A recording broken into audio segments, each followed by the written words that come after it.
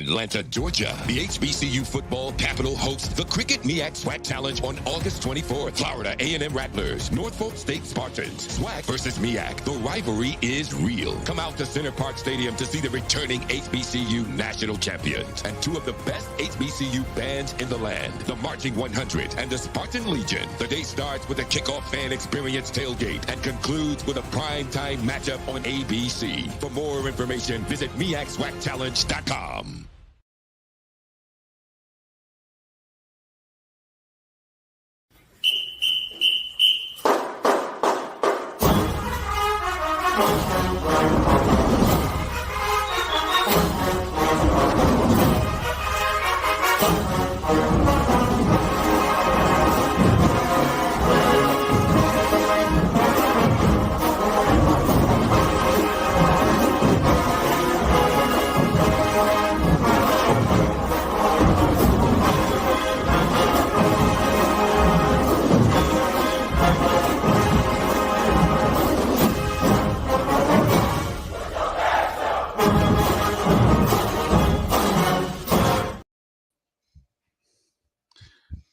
Oh, my bad. Hold on. I forgot something. We're going to Florida, and we're going to bring you back a victory to Jackson. God to y'all! What you say now, Chuck?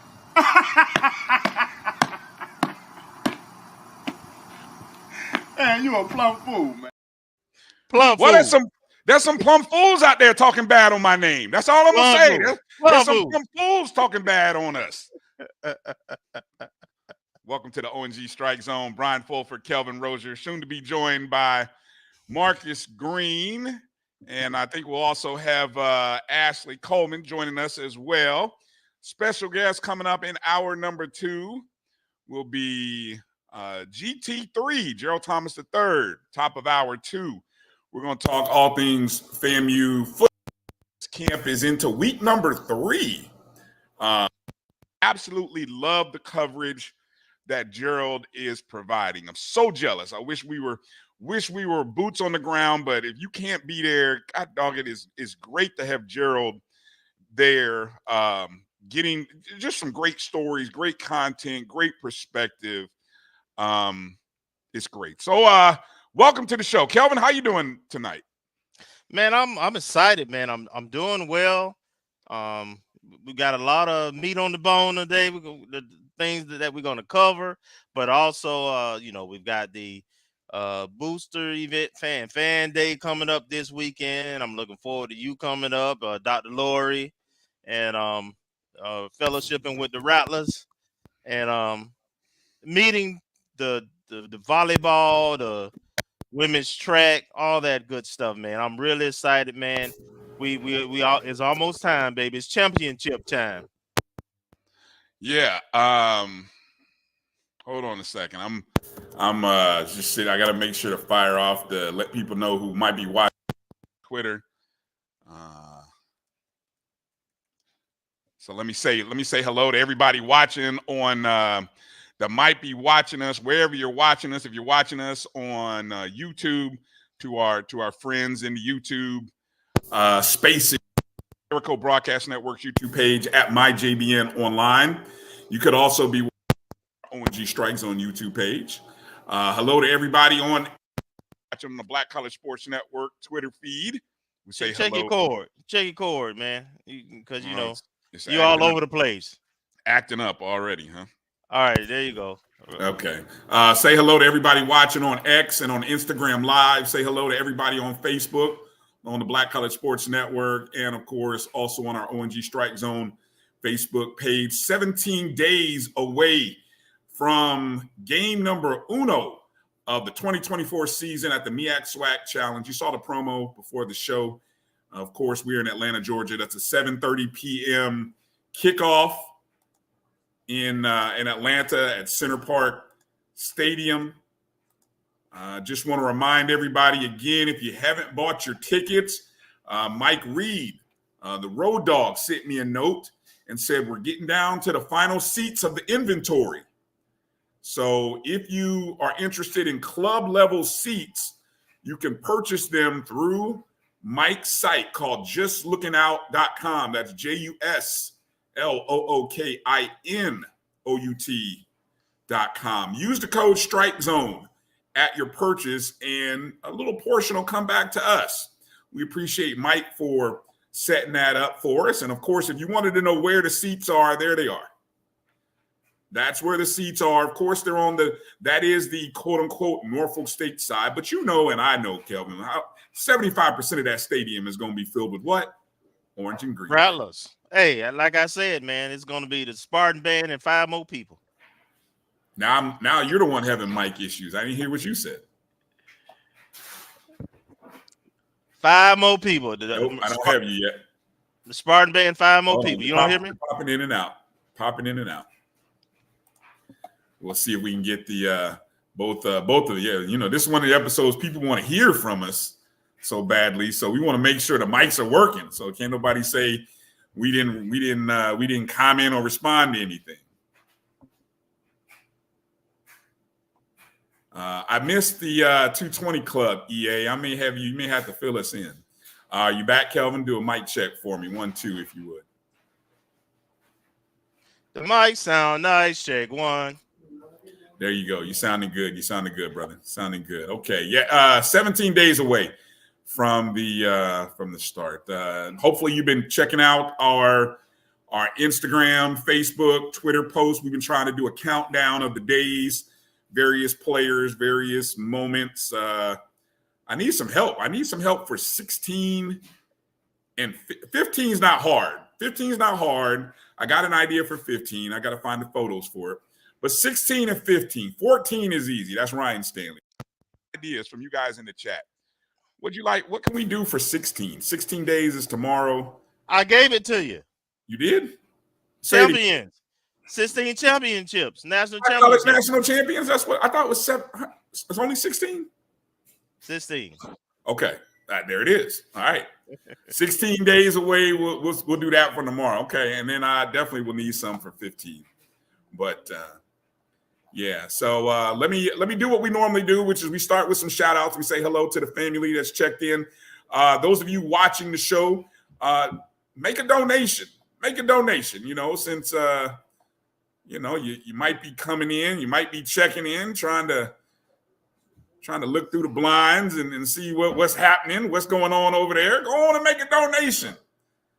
You know, use the Square app right there in the left corner.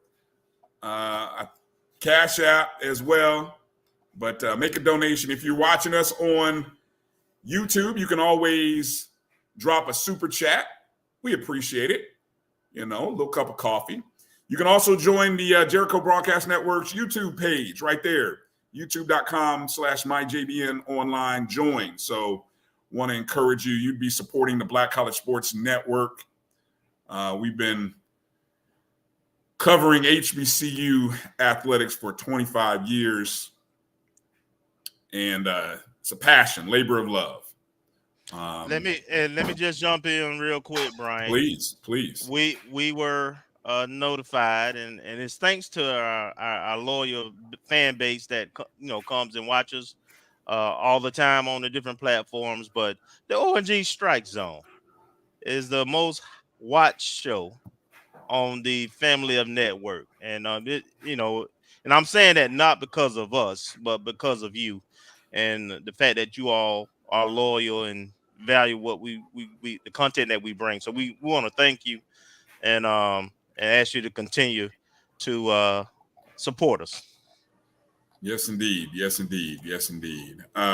Okay. So as I said, let's go ahead and let's get ready to go through the roll call, say hello to our family that's joining us from wherever. And don't forget, put some shout outs. Let us know where you're watching us from. My guy Drew, watching and eating. That's perfect. So, waiting. I thought it said eating. Watching and waiting. What you waiting on, Drew? What you waiting for? What you waiting on? Anyway, just messing. Glad to have everybody jumping in. First off, Jimmy Mack for What's up, jumping J-Mac? in. Yeah. Will the O&G StrikeZone attend the SWAC Women's Basketball Media Day in Atlanta? And actually, just to clarify, it is the men and women's Media Day, September 19th and 20th. in Atlanta, Georgia. So what they'll do is I think they'll do women on one day and men on the other. I think that's the plan. Will we attend? You know, we got.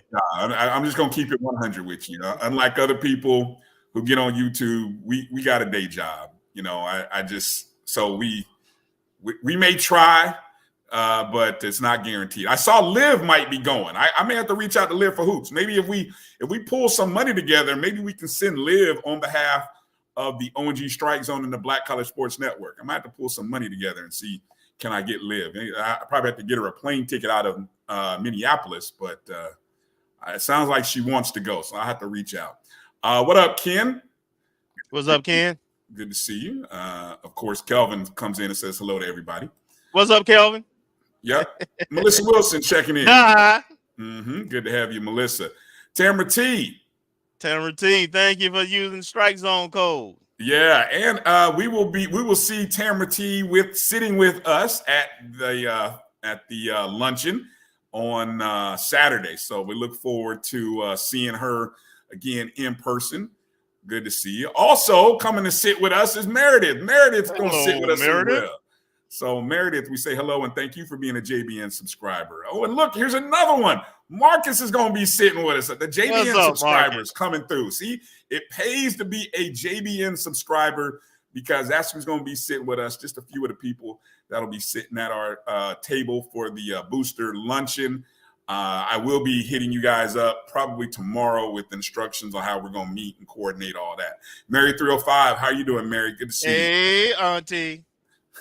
Frank, good to see you, Frank. What's up, Frank? Ezekiel Love, good to see you, family. Thanks for Zeke? checking in. Let's see. Who? Little baby checking in. Good to see you, little baby. What's up, big little baby? Chuck Hunt from Monroe, Louisiana. Okay. From where? In Monroe. Okay. Oh, Monroe. Yes. Tennessee. Corinthian Morgan. Duval. Checking in. Good to have you. Good to see you. Yes, sir. Tremaine Ellis, 2.5 weeks. Looking forward to seeing you up in the ATL for week 0, or as what we like to know, or week 1. Yeah, EA, you're gonna have to fill us in. I didn't catch all of the 220 Club.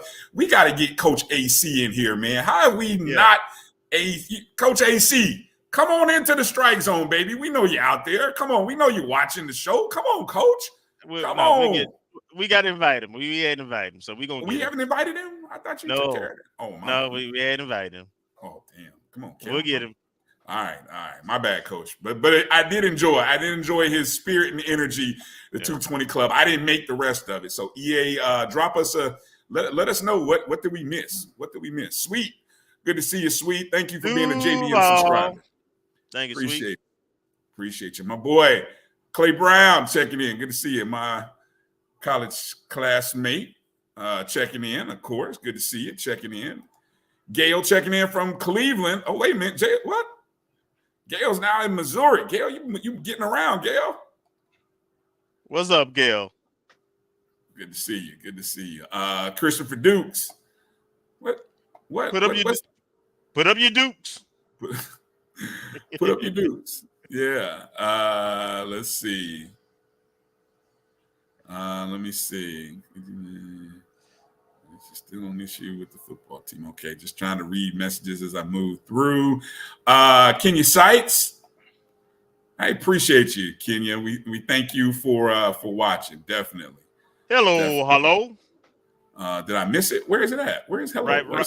Right above Kenya. Yep. Sorry about that. Hello. There you go. Good to see you. Thank you, brother. Let's see. Doc checking in. The Dean checking in. Good to see you. Or I should say the provost now. The provost checking in. Elevated. Lord have mercy. Dr. Lori checking in. What's up, Dr. Lori? Doc will be sitting with us at the table, of course, for the FAMU kickoff luncheon, for the 2024 kickoff luncheon. Looking forward to it. Charlotte Rattler in the house. Jay Nice. What's up, Jay Nice? All right. Let's see. Any other reminders? Yeah, again, kickoff luncheon is this Saturday. It's 2 p.m. In the Al Lawson Center. We will be there. I don't know if you can still purchase individual tickets. I don't know if I know VIP tables are sold out. General tables may still be available, but there's the phone number there. You can reach out. And hey, we still want to drive membership into the Booster Club. So there's no better time than now to join the Booster Club. If you take a look at the link down at the bottom or the scroll, you'll see the link there where you can join. But there's plenty of numbers there you can call and you can join. After the luncheon will be Fan Fest. So we will be there from pretty much, about noon, 1 o'clock, all the way until about 6 o'clock. And we are working on trying to see if we can do, Kelvin, I'm going to need you to make some calls and make sure we can actually broadcast from that upper mezzanine area, kind of use those connects to make sure we can do that. But yeah, we plan on being there. We'll try to do it live. If we don't do it live, we'll probably end up having it live recorded and then just air it the next day. So no guarantees, but that's the plan. Hey to you, Will Davis. Good for checking in. Good to check. What's up, Will? Thank you for checking in as well. So that's Fan Fest going on. Okay. Well, let's go ahead and get into it here in the first segment because, yes, I guess, with everything going on in the city, in the Big Bend, and the Tallahassee area on Monday with Hurricane Debbie. Yeah. And let me start there by saying, Kelvin, hope you and your family came through the hurricane well. I hope any and everybody who was caught up in, I guess it did become a hurricane by the time it hit land. But anybody who was caught in the Big Bend, South Georgia, South Alabama, and wherever it went off to the east, I hope everybody is safe and well and that it did not do much damage. But as that was going on, obviously the report, the complete investigation of the major gift from Gregory Jerami, Batterson Farms Corporation, the Isaac Batterson Family 7 Trust, to the Florida A&M University Foundation. The final report was released, prepared by Buchanan, Ingersoll, and Rooney PC. That was released. How many total pages was that good old thing? 100. Yeah. 170 what? 6? 176. 176. Okay. Yes or no to everybody in the chats, wherever you are. Give a thumbs up if you actually went through all 176 pages. Come on, I'm waiting. Just or just say heck no, thumbs down if you did not. That's okay. I'm curious. I'll wait. 176 pages. Kelvin, did you go through all 176? I went through most of them, but hell no, I didn't go through all 176. Yeah. I am I'm in teacher mode right now, starting back, starting officially Monday. But 176 was a little bit too much. But some people did cover it, all the other pages. I got through the executive summary. I think that was enough. I see a couple thumbs up there from some people. Kenya said she went through it. Marcus went through it. Elaine Smith, shout out to you. She said, nope. Dr. Lori, like, nope.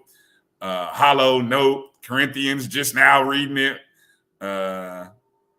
Drew, said the executive summary was, Larry Smith, nope. Ezekiel, nope. All right, so a lot of people know, but there are a few people who did. Okay. Well, Kelvin, so I'll start with you. I'll give you an opportunity to kind of go in first. And let's kind of react to the report, what we saw, what we learned.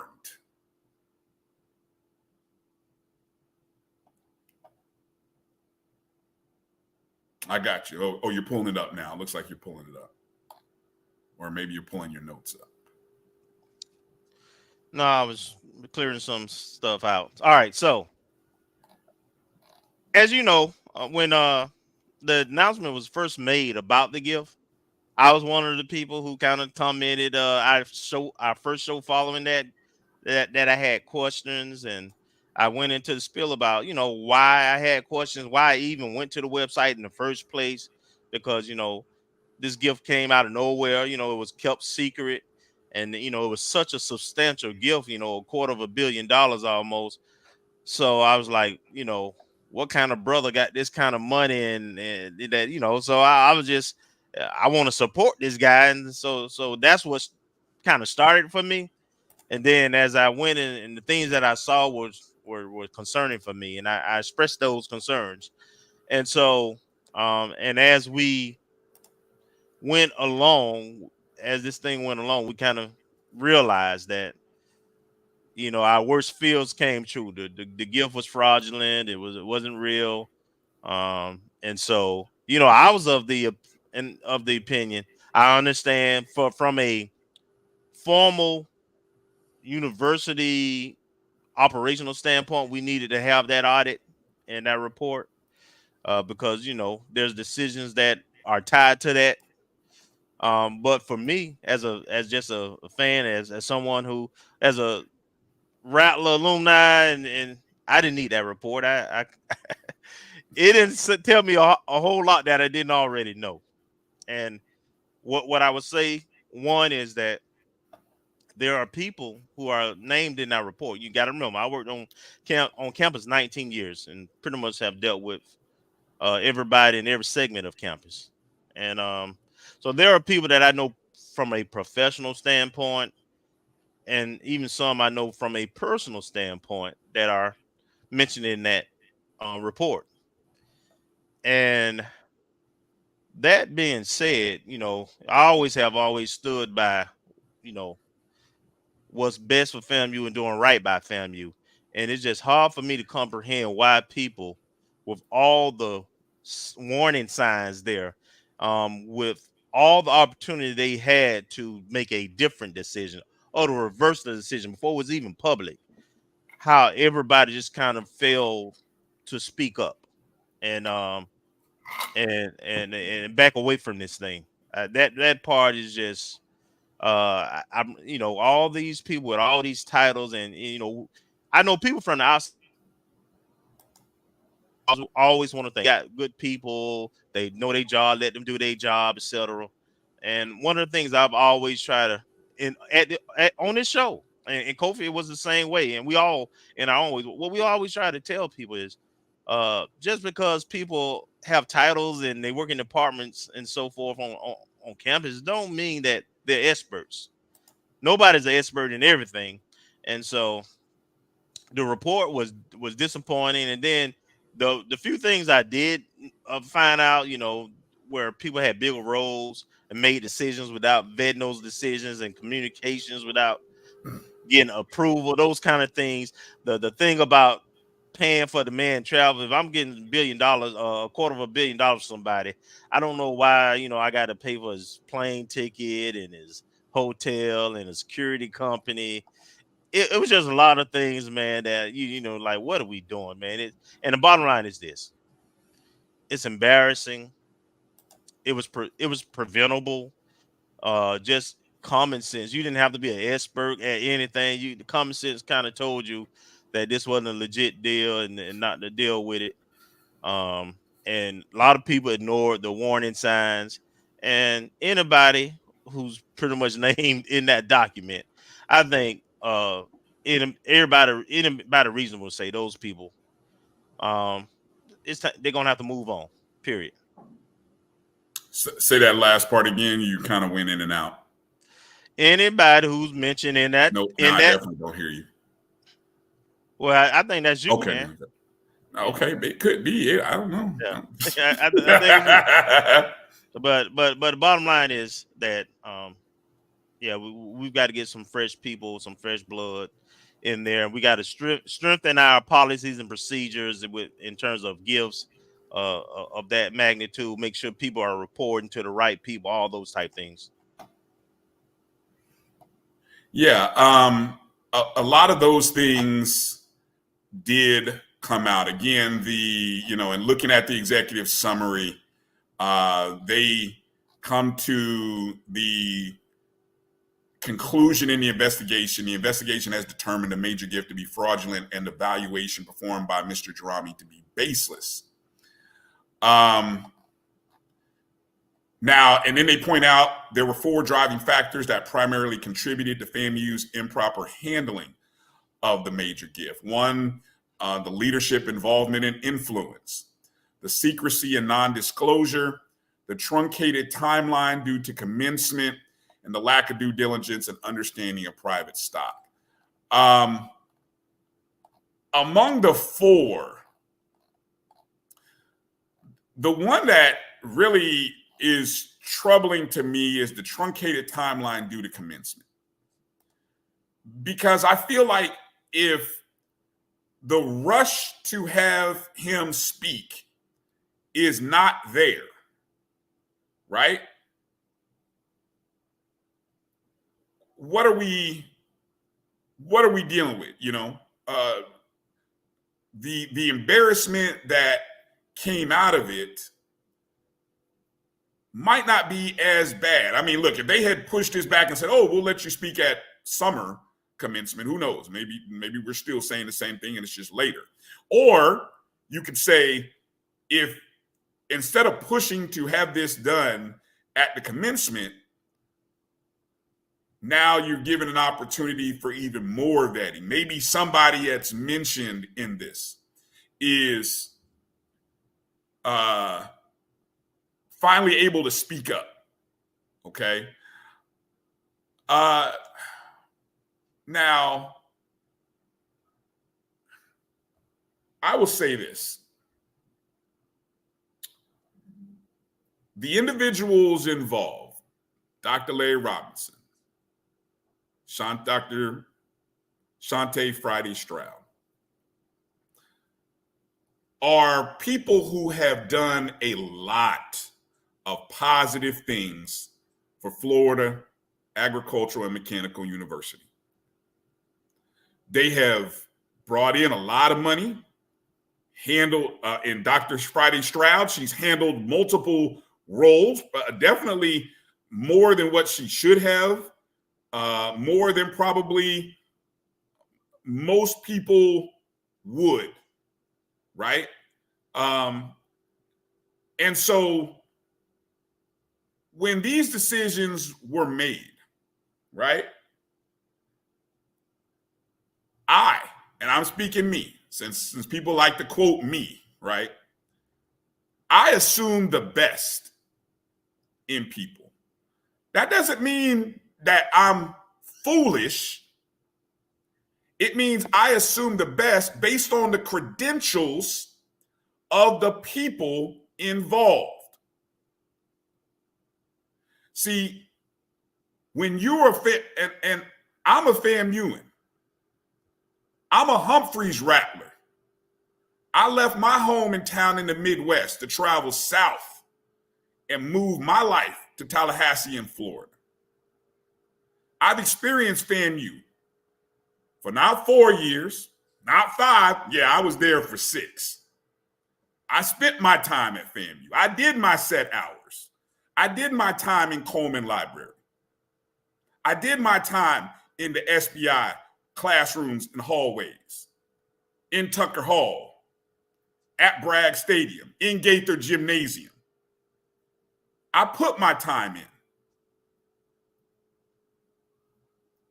And so when I assume the best in people here in this space with this platform, because we talked about when we first did this show, Kelvin, what do we want to do?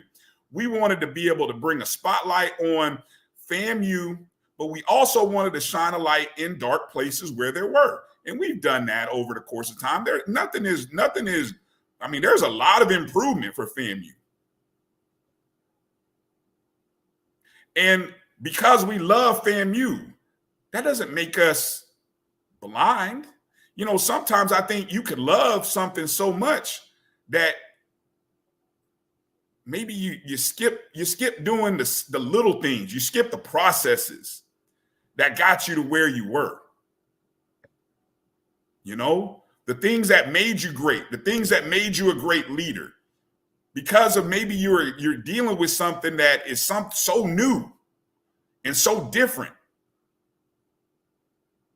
you actually do things that are out of the norm. I still don't look. I don't know why. We talked about this offline, Kelvin.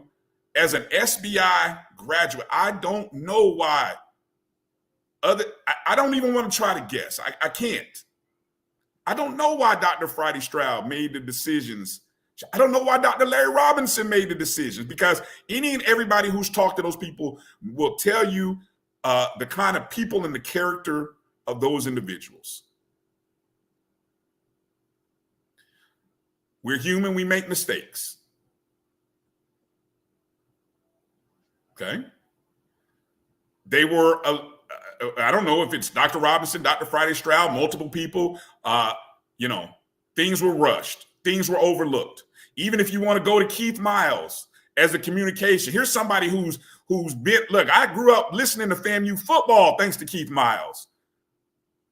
I want to one day say touchdown FAMU, like because of Keith Miles, for games that we used to listen to where, Kelvin, in the dorms, right? When Keith Miles was on the radio, when the Rattlers would travel to Southern University or somewhere like that, but there was no TV. You guys living in this world today where you get 90% of your games on television. Man, we wish.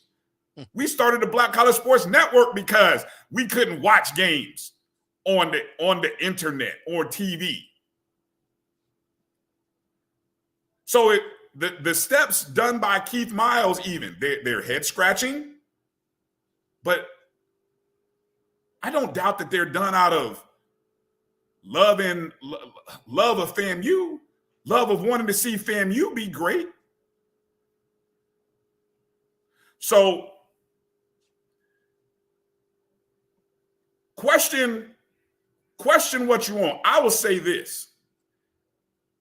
If you are a FAMUan, if you love FAMU, see, not everybody is for FAMU. A lot of people making a lot of money off of FAMU, with FAMU, because of FAMU. You're getting your platforms pumping. FAMU's giving you a lot of content. But you're not for FAMU.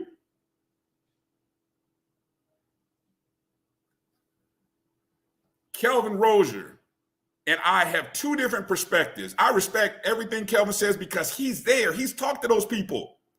So when I say what I said, it's because I'm looking at it on a further distance, but I have an assume the best or assume the positive from the people in leadership because of their credentials.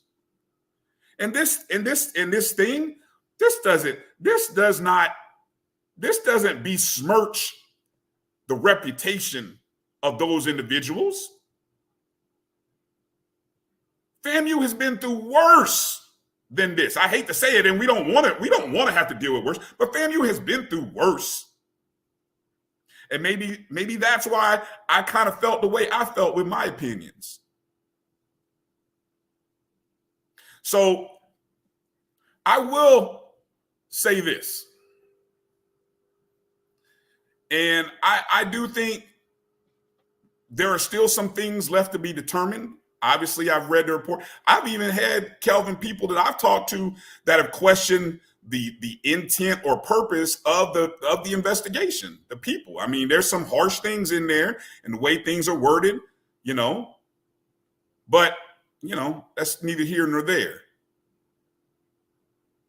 But I will say this, I'm unapologetically for FAMU. I'm unapologetically about FAMU. And so I will say to anybody, Brother Scotty, great show yesterday. Great show. We're glad that FAMU continues to give you content. We're glad that the O&G StrikeZone gives you content, even though, hey, it'd been nice to get a call or an email and say, hey, can I use some of your content? Can I make some money off my YouTube channel with all those thousands of clicks that you get? Maybe we'll slide some money off to y'all for all these clicks for using the O&G StrikeZone. I let the people above me handle all that. Okay. But great. You want to use, we put this out on wax. I don't hide from anything. Not hiding from anything. But I will say this. What I said, my opinions, my comments, my thoughts, they don't change. But if you want apologies, I'll tell you what, let's trade apologies. Before I apologize to anybody, you know, because you wanted to make a point of me apologizing, how about you apologize to the many and many and many HBCU media people that you have called out their name, tried to besmirch their reputation, because they've been in this game longer than you, brother. They've been in this game covering HBCU sports and athletics. When you wanted to find out about HBCU sports and athletics, you went to their sites. You went to their pages to get their content. I see these brothers and sisters doing the work. They do great work. And look, I like what you do. I like what Scotty does. You know, look, I grew up watching and listening to Howard Stern. I get the whole shock jock thing. I'm going to go down a lane that, hey, okay, great. That's what you want to do. You want to be shocking. You want to upset the apple cart.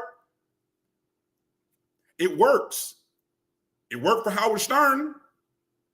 Hey, it's great. I get it. I like it. I mean, I get a good chuckle. I had a good chuckle, Kelvin, as I was watching this show yesterday. I got a good chuckle out of it. I've been called a lot of things. Look, when you grow up, like I said, I grew up a fat kid in school. I'm still a little bit, even though I done lost a few pounds. I'm still not a small guy, but I grew up. Look, I'm used to people calling me. I grew up with a thick skin. Sticks and stones may break my bones. That's what my daddy told me. He was like, son, look, I'm a tall guy. I'm a big guy. You're going to be that too. So you better learn how to take those punches and keep moving. Okay, great. Bring it. That's fine. But never misunderstand my love of FAMU. So when you get on the air and make your apologies to my brothers and sisters within the HBCU media space over the last 3 to 4, 5 years, how long has he been on this space? Let me see. When did Dion first come on the scene? Has it been 3 years? Okay, over the past 3 years, and all the people that you have called out of their name, conference commissioners, chair people, chairwomen, when you put respect on their name and their credentials and what they've done in this HBCU space, I'll make one. I'll make an apology to whomever I need to make an apology to. If somebody feels some kind of way. But come on, man. Let's not.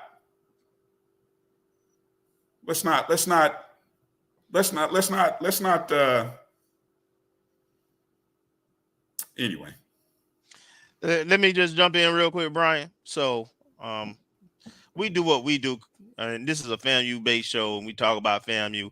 And we all, along with Marcus, even when Kofi was a part of this thing, we all have our takes, and we bring our own biases and so forth. But we do it out of love, and we're never trying to be first. There's things we could break every day if we wanted to, right? There's information we talk about all the time. There's nobody got more inside information than us.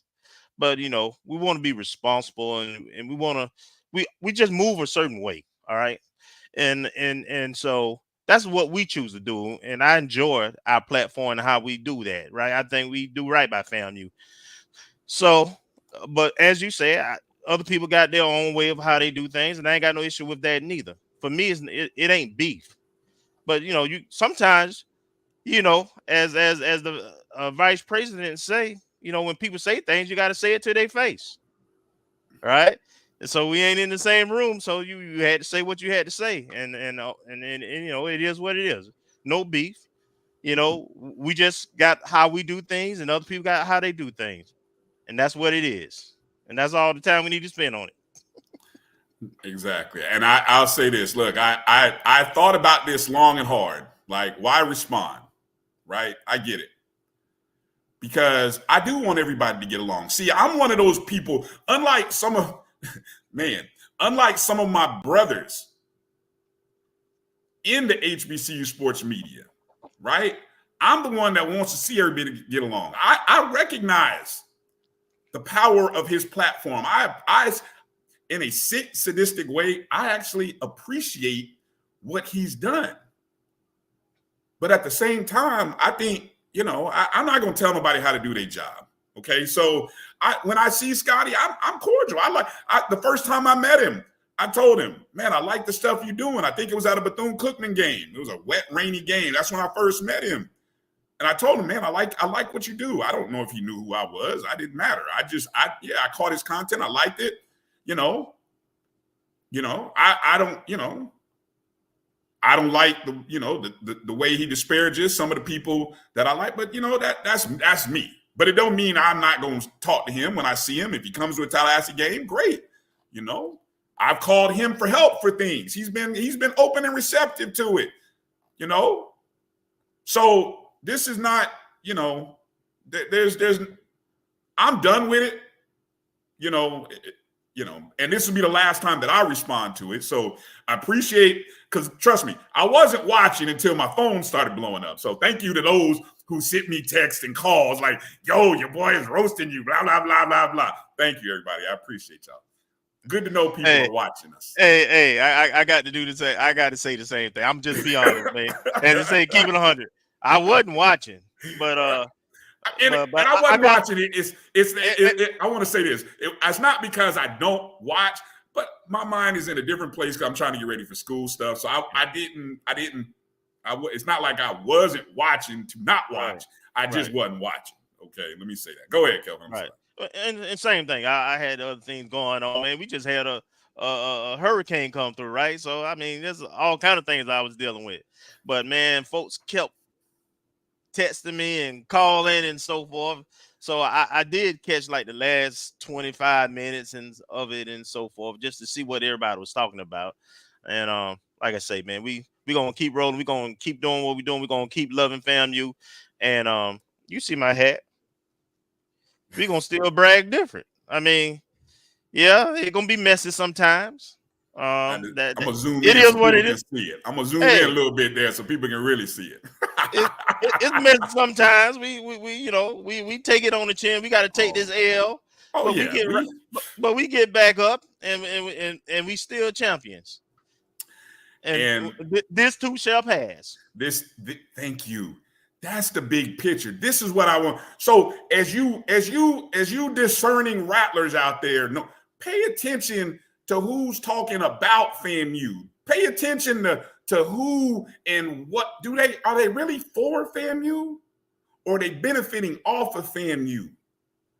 Just like the brothers and sisters selling T-shirts on Perry Street that aren't officially licensed. Hey, great, it says FAMU, but the university don't see a lick of that.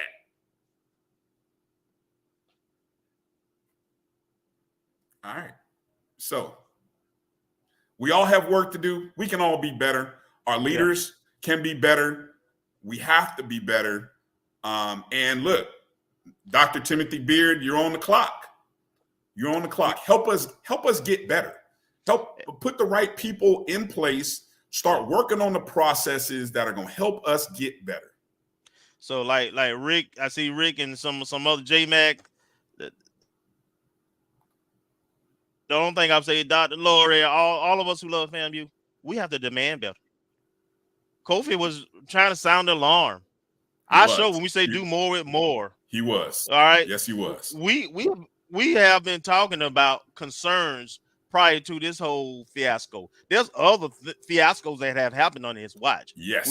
We've talked about, everything from an athletic standpoint, the multiple ADs and the lack of funding and the lack of facility stuff, and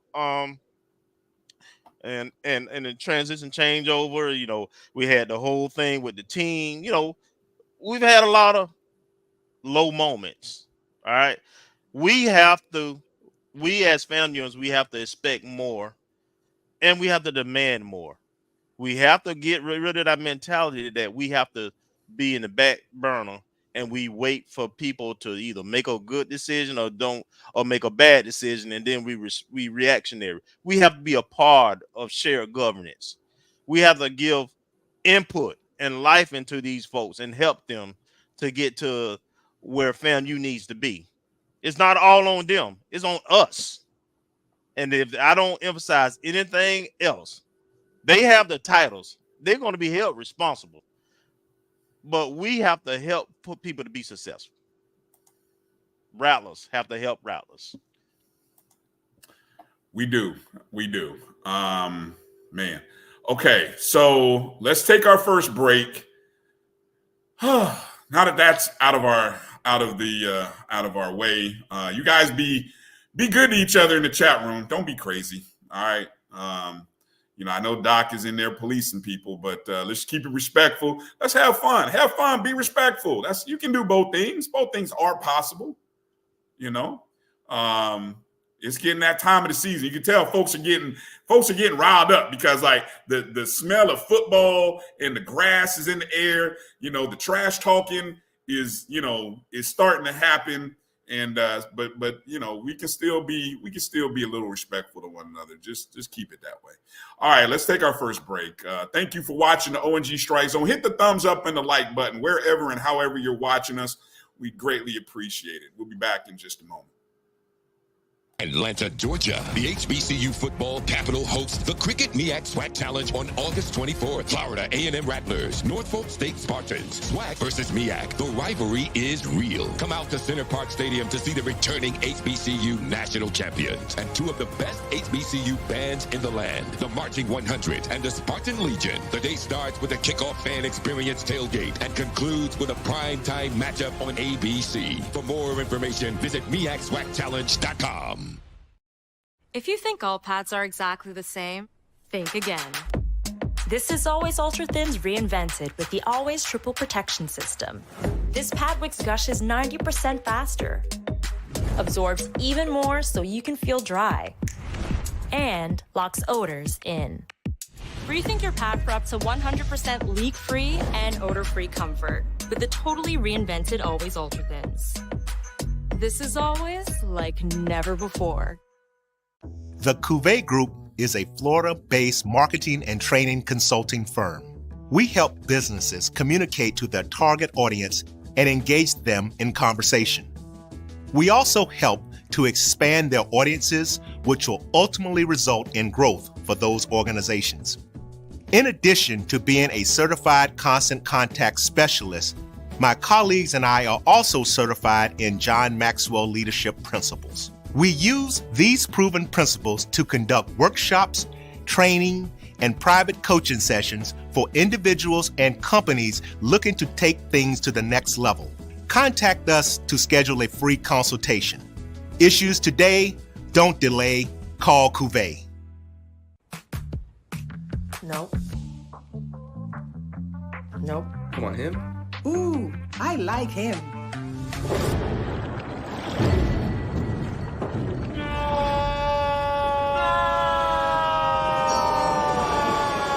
Quick, the quicker picker-upper. Bounty picks up messes quicker, and each sheet is 2 times more absorbent, so you can use less. He's an 8. He's a 9. Bounty, the quicker picker-upper. This is Brian Fulford. AD Drew and I are co-hosts of the BCSN Sports Wrap. We talk about all things related to HBCU athletics. From the games, teams, coaches, and fan interest stories, we cover it all. You can find our shows on Facebook at BCSN Sports Wrap, YouTube at MyJBN Online, and everywhere you listen to podcasts like Anchor, Spotify, Google, and Apple Podcasts. You can also find the show on the Jericho Broadcast Network's app. Make sure to download. We look forward to you joining the conversation and being a part of the show.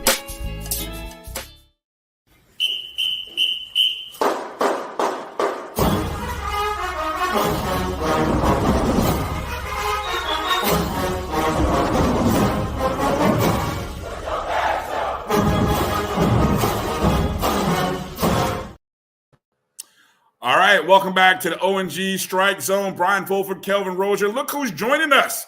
It's Ashley C. from Things Exchange, FAMU's first NIL collective. Ashley, welcome to the show. How you doing? Doing good. How y'all doing today? Doing great, Ashley. Glad to have Wonderful. you. I'm glad to be here.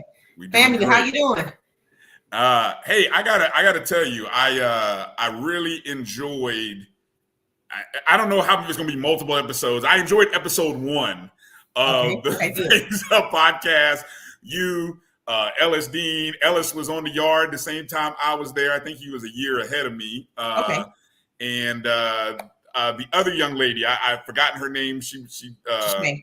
Tashay. Okay, yes.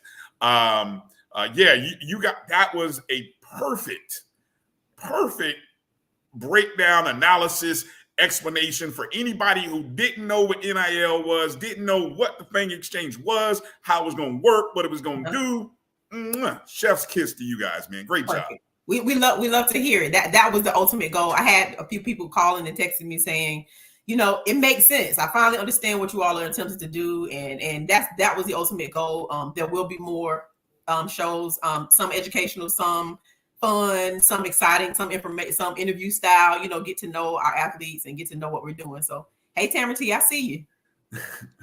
And I love the way you guys kind of brought it home at the end. You know, with the little contest to kind of see if folks have been listening and stuff. I mean, you guys are like podcast pros, man. Or That's too much. We're not as good as you all. No, not that great. You know, you got. We appreciate it. We had a good time, and there will be more to come. Yeah, definitely. So let us know, kind of, man. There's so many things that are happening in the marketplace regarding NIL, right? NCAA lawsuits. How are things moving for you guys? In this it almost feels like a weekly, ever-changing landscape. You're absolutely right, and it's actually been kind of quiet for the last week or so, which is kind of interesting, right? But prior to that, it has been a weekly thing, and the way it's been moving for us is we're keeping up with the motions of the NCAA, the legislation, and all those. I see somebody's comment. Yeah, I didn't guarantee. Look, there's no giveaways, but who knows? You guys keep putting stuff in the chat. Maybe there might be a giveaway. Who knows? We might be able to pull something off. Let me get my hair out of my face because it's black girls. We got a lot of hair going everywhere. But we are moving right along. Like we said, last week's show was meant to kind of bring in and pull in some educational pieces, make sure that the fan base understands, the alumni base understands, and to make sure that we all on the same page. NIL is so new.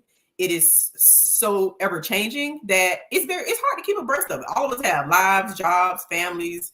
And if you're just not in the space, you're just not in the space. And it's 4 years old, and the rules change as much as you blink your eyes, a new rule is out. So it's very hard to keep up with. So that's kind of that's our job, though. Our job and the mission we've taken is to make sure that you all understand, you all are abreast, and you all can find a space in this NIL world that you can kind of take ownership as a fan or as an alum to help our athletes, because we have some high level athletes. We have athletes who have worked very hard for our program, and not just football.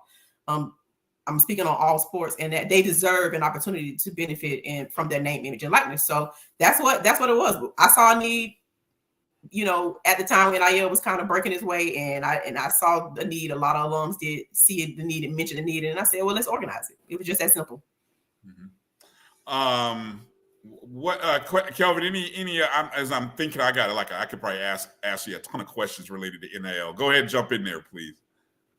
Well, I just want Ashley, for those who weren't able to watch the episode that they did last week, just kind of give a brief synopsis of what this particular NIL is, mm-hmm. the steps you took to put it all together and launch it, and then lastly, how can people participate in both?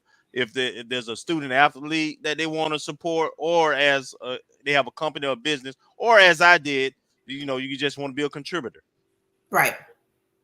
So NIL, Fang Exchange itself, kind of came together from the need. I'm a sports girl, right? I played basketball growing up.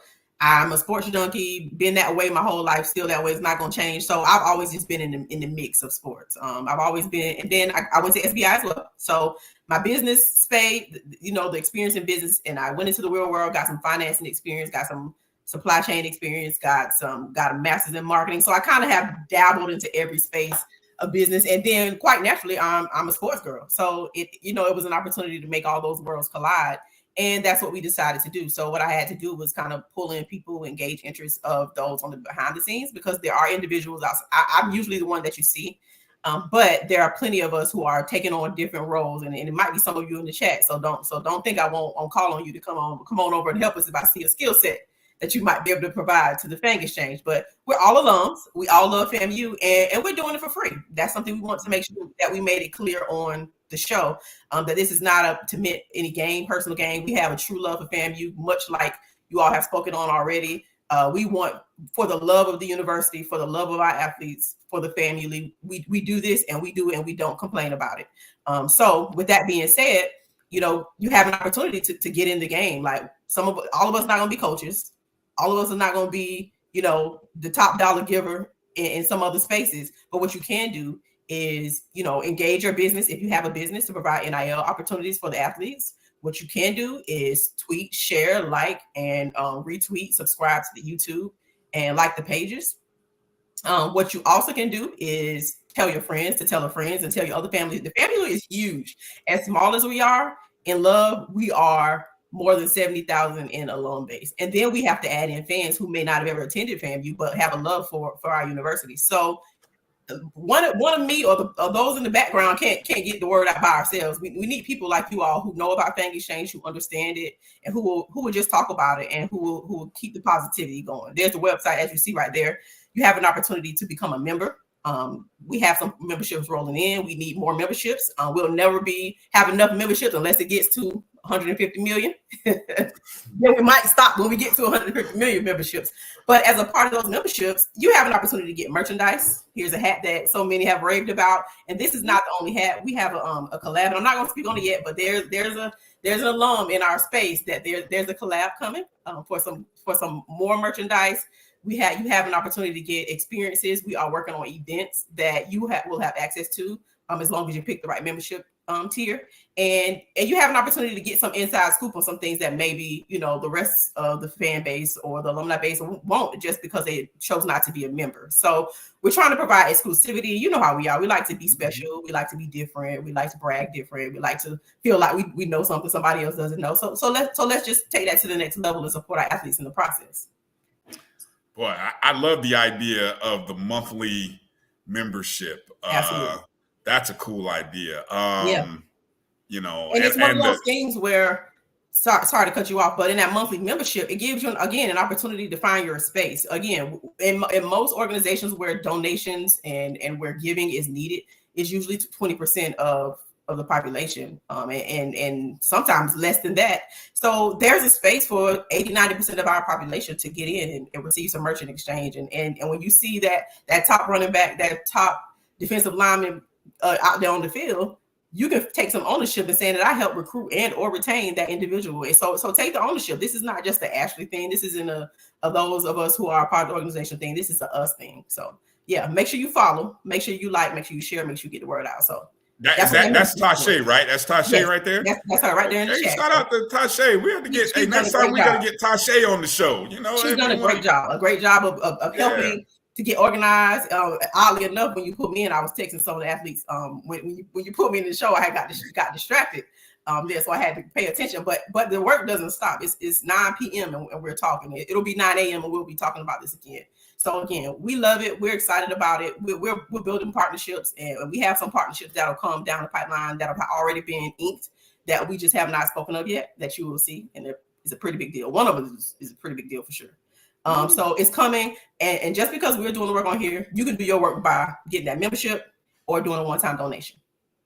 And the good thing, appreciate Tasha in the chat answering questions. So I see like a couple people. I know Gail had asked a question. Jimmy Mack had asked a question. Thank you, Tasha, for being in the chat and answering those questions that people have. Yeah, that's awesome. That's good to see. Yeah. I got a request. I know you guys are big fans of Coach Pressure. Remember when she was on our show a couple weeks ago? That shirt that had Pressure with the. Come on, man. Somebody has got to. I love that. I want to buy that. I've been meaning to reach out to Coach. I got to get that shirt, man. Coach, I think she'll do it. I think she'll pull it off because Coach Pressure, I agree with you because I'm gonna buy one when she does it too. Yeah, exactly. I mean, that's a straight money getter for the women's basketball program. I mean, that is a hot shirt. So man, I'm telling you, hopefully that can hopefully we can get that going. But yeah, I think the merchandise store, and I know that's hard because look, I've told Kelvin back offline, man, the hardest thing is trying to get a store up and going. And you know, look, I keep saying we got other jobs. I would love to do this full time. And full time, man. If I could do what I love full time, and props to those who are able to. I salute y'all. I just ain't there yet. And so it's hard. It's hard trying to find time to get your store up and right. And just maybe when you think you're close, man, something comes up and it ain't right. But anyway, I salute y'all, and I know when it does come and happens, it'll be hot. I know. Yep. Hey, and that's exactly true. Go ahead. I'm sorry, Kelvin. Yeah, talk about. I know you got a couple of upcoming events that Exchange will be participating in. Kind of talk about that. One that's pretty immediate is this weekend we will be attending the FAMU Atlanta Beyond. So yeah. That think about it. Our goal is to educate and then charge individuals to get boots to the ground and come back in and engage and get involved and put your money where your mouth is, put your actions where your mouth is, put your business where your mouth is, and as we brag, we want to brag to the bank for our athletes. So we'll be at Be Out Day and we will be educating. We will have some hats on hand. We will have some other merchandise opportunities that'll be there for anyone who is there. Atlanta Be Out Day is a big deal, and it gets bigger and bigger. Seems like every year. I'm not sure. Have y'all been to one before? I mean, other than the original. Well, I'll be honest. I'm younger, but I did grow up in Tallahassee, so I've been going to Be Out Day since I was, middle, elementary, high school. So I remember the original Be Out Day. So it's kind of an enhanced version or an expanded version in the different cities that they've already taken place in Atlanta. I heard Jacksonville was hot. I heard Jacksonville was hot. So I don't know, Atlanta. That's what we need to do next year. Somebody needs to figure a way how to create this coalition of Be Out Day and maybe a challenger. I don't know, somehow, whether it be raising funds or something that just, you gotta take it to another level, because I know there's Be Out Days, like you said, in Atlanta. There's Be Out Days in LA. Tampa, they all over the place, man. They're all over the place, and it's a good time. I went to the one in Tampa; it was a good time. It's what you would expect from the family. The Atlanta Be Out Day is a good time. It's I believe it's been going on the longest as it pertains to the different cities. So obviously they have a little bit of hedgeway on some of the way they present what they do, but they do an excellent job. And I just, when I heard about it months ago, it was a no brainer to be over there. And yeah, I see Kenya kind of. People trying to get you into other jobs. Yeah, let's not give too many people too many jobs, y'all. We don't already, we gotta stay away from that. We saw how that worked out. We gotta back up. We're looking for exposure opportunities. So Be Out Day for sure. We'll be present at the first home game. We will be present at the game in Atlanta, the MEAC Challenge in different capacities, but we will have a tent and a table. So we're here, we're visible, and that's the point of this. We want to be transparent, we want to be seen, we want you to know who we are, we want you to trust who we are, and that's a part of it. Yeah, and you guys get those memberships going. Okay. While we got Ashley with us, Ashley's gonna stick in with us because we're gonna transition and pivot to our good friend GT3, Gerald Thomas the third, who writes and covers FAMU athletics. Currently is on the doing camp work with FAMU right now. So I'm gonna go ahead and bring in Gerald with FAMU right now. So I'm gonna go ahead and bring in. All right, Gerald, you got to put me on mute. There you go. There you go. Gerald must have it on TV. Yeah, exactly. I love that. He's watching the show on TV. Gerald, what's up, brother? How you doing, man? What's going on, y'all? I'm in camp mode right now. I love that. As y'all see, I got this hat on. I don't got no haircut. I'm in camp mode. I'm grinding in camp just like the team. You know what I'm saying? But I do got my earrings in. I got my earrings in. I'm ready to rock and roll. Thank y'all for having me. Y'all killing me with that. That's all right. I love it. I love it. Man, good stuff, man. Always enjoy the content and everything you've been putting out. This is the third week, or is it? Yeah, we're about middle. This is 3 full weeks, right? Yeah, man. I think we in the third week. I was just saying at practice, I said I don't even know what day we on no more, man. It's just, we ready for the season to start. And yeah, I can't count the days more, but I think this is week 3 right here. All right. So let's all Ashley, Kelvin, let's save the obvious question that everybody wants to know. Let's save that for last. We'll say that for last. Okay. Let's save the obvious. Okay. Which now I don't even know what to ask Gerald. Gerald, give us your thoughts. And I know they had the scrimmage over the weekend. Give us some thoughts, perspectives, some talking points that your takeaways from practice. Yeah. Well, the obvious is that it's a very new team. It's like 50 new players. It's a lot of guys that I still see. I'm like, man, who is that? You know what I'm saying? So a lot of new guys on the team. But that's what happens when you have a new coach, and that's what happens when you live in the era of the transfer portal. You get a lot of guys coming in, and you get a lot of guys leaving out. But one thing Coach Cosley always repeats is that he has a very talented team, and that's something that has carried over from when Coach Simmons was here. Coach Simmons always said he had a talented team. So I think that's something that people don't have to worry about. How good is the team? You got a good team. I mean, we all saw the type of recruits they were bringing in and all that type of stuff. So those guys are performing. There's a few guys that they've named that's new to the team that they like. The D tackle from Kennesaw State, Cam Donald, DN from Kansas, Davion Westmoreland. Who else? It's so many of them, man. I don't want to forget nobody. There's so many of them. They got an offensive lineman from Troy, about 6'7", 300. It's a lot of guys. It's a lot of guys that they have that they really like, out of that new crop of Rattlers. Kelvin, I'm gonna let Ashley get the first one in since she's I guess. Ashley, go ahead and get a question in or two to Gerald. I just have to ask.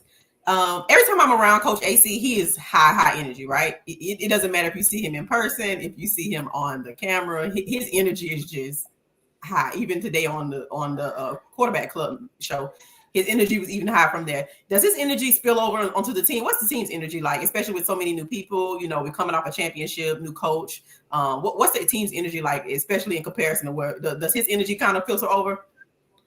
Yeah, Coach AC gotta have the loudest voice on the whole roster. That's including players, coaches, man, maybe even fans. He got the loudest voice. You always gonna hear AC no matter where you at on the field. You can hear him. You can be on one goal line. You can hear him all the way down on the other one. So yeah, I think that energy transfers over because the way Coach Cosley was talking about him today in training camp was like that. He's like that guy that kind of wakes everybody up. When you're practicing at 6 o'clock in the morning, you need that pick me up because everybody not ready to go at 6 a.m. Let's just be realistic. Everybody not ready to go at 6 a.m. So he's that guy that picked them up, and I think it carried over. Even like when they practiced, what was that yesterday? They practiced yesterday, and they had the evening practice because of the storm and all of that.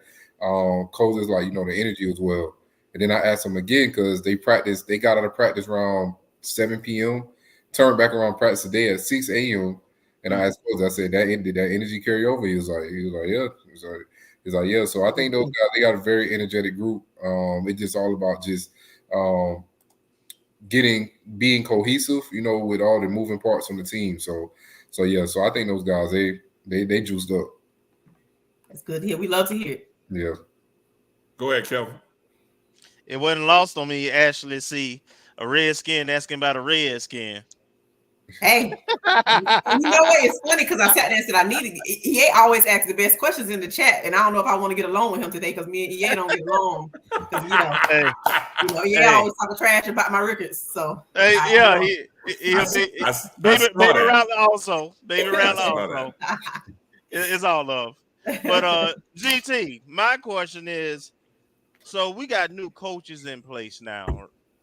And I'm just interested to hear from you. What are some of the things that stand out from Coach Henry, who's not new, but he's taking on more of a role. something different you may have seen with him and some of the new coaches, Coach Burris, and on the defensive side, Coach Walker. Just how do they compare to last year's staff, or what stands out with them? Yeah, well, I mean, when you got a guy like Coach Henry, Coach Henry, he's been around. Of course, he worked with Coach Simmons at Prairie View, and he was on Coach Simmons' inaugural staff here at FAMU.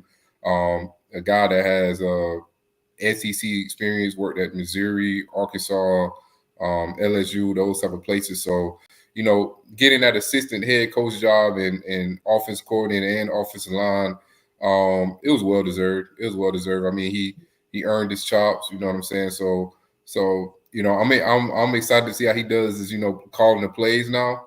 I know that's an added responsibility. That's something that he didn't have to do in the past. But I think he'll do well. You can tell he had the respect of the offense, especially those offensive linemen, because he's worked so closely with them, over the last number of years. And then a guy like Coach Burris. We're losing you a little bit, Gerald. I think we're losing your mic a little bit. No, he's good. I can hear him good. Okay, I so think it's me then. Okay, I'll be quiet. I don't know why then. Okay, go ahead. Sorry. Yeah, it's all good. Coach Burris, man, that was a slam dunk hire. I'm not even gonna lie. Yes. You're getting a Canadian Football Hall of Famer, one of the greatest CFL quarterbacks ever played, maybe the greatest quarterback to ever play at Temple University. And you got him leading that quarterback room, and you have him come in quarterbacks coach and the co-offensive coordinator. And I talked to him yesterday. I said, man, you got a big responsibility for you to come in and got to help decide who's going to be the starting quarterback. So, but he knows what a good quarterback look like. You know what I mean? So, I mean, the decision may mainly go through him, on who ends up playing quarterback. And then, I mean, on the defensive side, you got guys, of course, Coach Patterson's been since 2021, coached up guys like Isaiah Land, who's down in the NFL. So he earned his chops, defensive coordinator. They say the Dark Cloud defense won the scrimmage over the weekend. So, I think it'll still be pretty much the same there. Coach Pope from Alabama State. I mean, people tend to forget Alabama State was number 3 in the nation in defense. So he knows what a good defense is like. Coach Walker, a guy that played in the NFL, a guy that played for the Oklahoma Sooners, very knowledgeable about football if he's, playing for those, playing on those levels. So, I think they got a good mix of coaches. It's kind of good. I guess it's kind of good that some coaches may have departed, so kind of Coles can come in and bring some of his guys in instead of inheriting the entire staff that Simmons has. So I think it'll come together well. Okay. Gerald, let me ask. I'm gonna try to ask it in a different way because I know the quarterback question is fascinating. We haven't had a good battle in a couple years. So when you watch the scrimmage, and I've heard coaches say that the players usually dictate, you can tell from the players who should be QB1. Do you see when you watch the interaction of the players, do you get a sense of, is the Muratovic versus Richardson, is it like they're right side by side with each other? Is somebody a hair ahead, or is there even a third candidate that might enter into this race? What can you? And I'm gonna speak from the perspective. I'm not talking about the coaches, but the players. When you watch their teammates and the interaction of their teammates, what do you get from them? Yeah, well, I mean, I actually had a discussion with TJ Lee a few days ago. He said he don't care who, he said he don't care who play quarterback.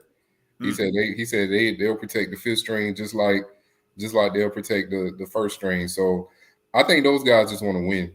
Long as you the exact quote TJ Lee said was, I don't care who playing quarterback, long as we putting the football in the box, which means long as we scoring touchdowns. So I think those guys just want to win regardless of who it is. It don't matter who come in and playing quarterback for them.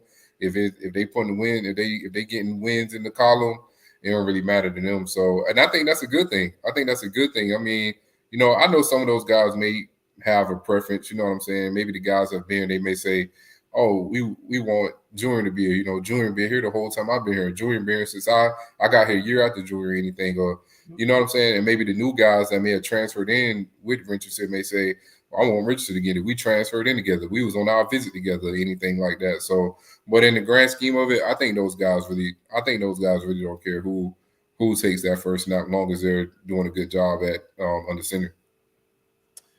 I've told people who've asked me, I told them I don't think Coach Colsey will make an announcement until the Sunday of Norfolk State week. So, like, I know somebody had asked me, do you think he'll name the starter going into Fan Day? And I was like, no, heck no. There's no way this weekend. That's not Coach Colsey. If you listen to anything Coach Colsey said, there's no way he's walking into that and going to give people that. So my guess, the following weekend, going into that Sunday, he may announce. Do you get a sense, or what do you think? When do you think that an announcement will get made as to terms of who's the quarterback? I mean, that's when the weekly press conferences start. So I mean, he could announce it at the weekly press conference, or we may find out. On August 24th. Whoever rolling out at quarterback. So, but he may announce it a few days ahead. I'm not really sure what he's gonna do. I would think he announced, just kind of let the guy run with the ones, leading into the game. But it's no telling. It's a question I haven't even had to ask him much of, because every time we're in the media space, I'm like, somebody gonna ask him about the quarterbacks. You know what I mean? I already know what response I'm gonna get, so I don't even bother asking, because I know someone else is going to ask, and I know he's gonna get the same answer.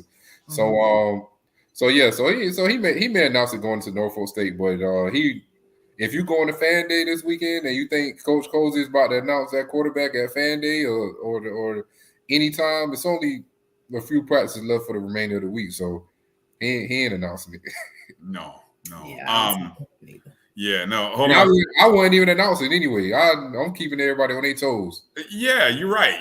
Yeah, I mean, take it until the team may know, and then kind of go from there. Mm-hmm. I saw a question before I come to you, Ashley, with your next question. I saw someone in the chat. I think it was my guy Tony, who asked about the other quarterbacks, the transfer from Miami, Bryson Martin. What's your analysis of the other guys? When I say the other guys, the Trey Fisher, David Jordan, Bryson Martin, Traven Green, Austin Hooker. Those are the other QBs, not named Muratovic and Richardson, for those who may not know. What's your thoughts as you see those guys? I'll say depth. I mean, just they have 7 quarterbacks, I believe, 6 or 7 quarterbacks on the roster. So I mean, just depth. The guy from Miami, Martin, he had a pretty good throw that I saw at practice maybe last week. I think last week threw a nice little shot down the field to Brooks Hicksman that played at Florida High. That just transferred back in. Coach Jared Hickman's son of Florida High. I mean, those guys, I think they just dealt. Austin Hooker was there in the spring, so got to see a little bit of him. But the main focus is on those first 2. Because if, knock on wood, if one goes down, the second one is going to come in. So I think those guys are just depth. I think they're just I ain't gonna say outside looking in to diminish them, but I mean it's likely you only can play one quarterback. You know what I mean? So those guys probably won't be playing as much unless it's a blowout or something like that. Mm-hmm. Ashley, go ahead. Go ahead. I just want to piggyback off of this question since we're here. Between the Richardson and Junior, obviously the stature, the physicality of them are different, but what are some nuances that we may not know between the 2 quarterbacks that are different? How they throw the ball, the speed of the accuracy, that kind of stuff. Yeah, I think Junior is more of a pocket presence, more of a pocket. He probably can run if he has to, but he's not much of a runner in my opinion. Richardson, he's a smaller guy. He can get out and run a little bit. Richardson has a strong arm. Like he has a strong arm. A lot of people say, he's short, he can't see over the line, and all those type of things. The guy got an arm, and he's probably been an undersized quarterback all his life. So and he was an undersized quarterback on the FBS level, where the offense and defense linemen are way much bigger. On that level. So I say that about him. Junior, Junior has the experience in the system. It's just it's like, and I put that in my story there. I said they've taken separate paths in college. I mean, you got Daniel who's played on the FBS level. He quarterbacked his team to a bowl game victory.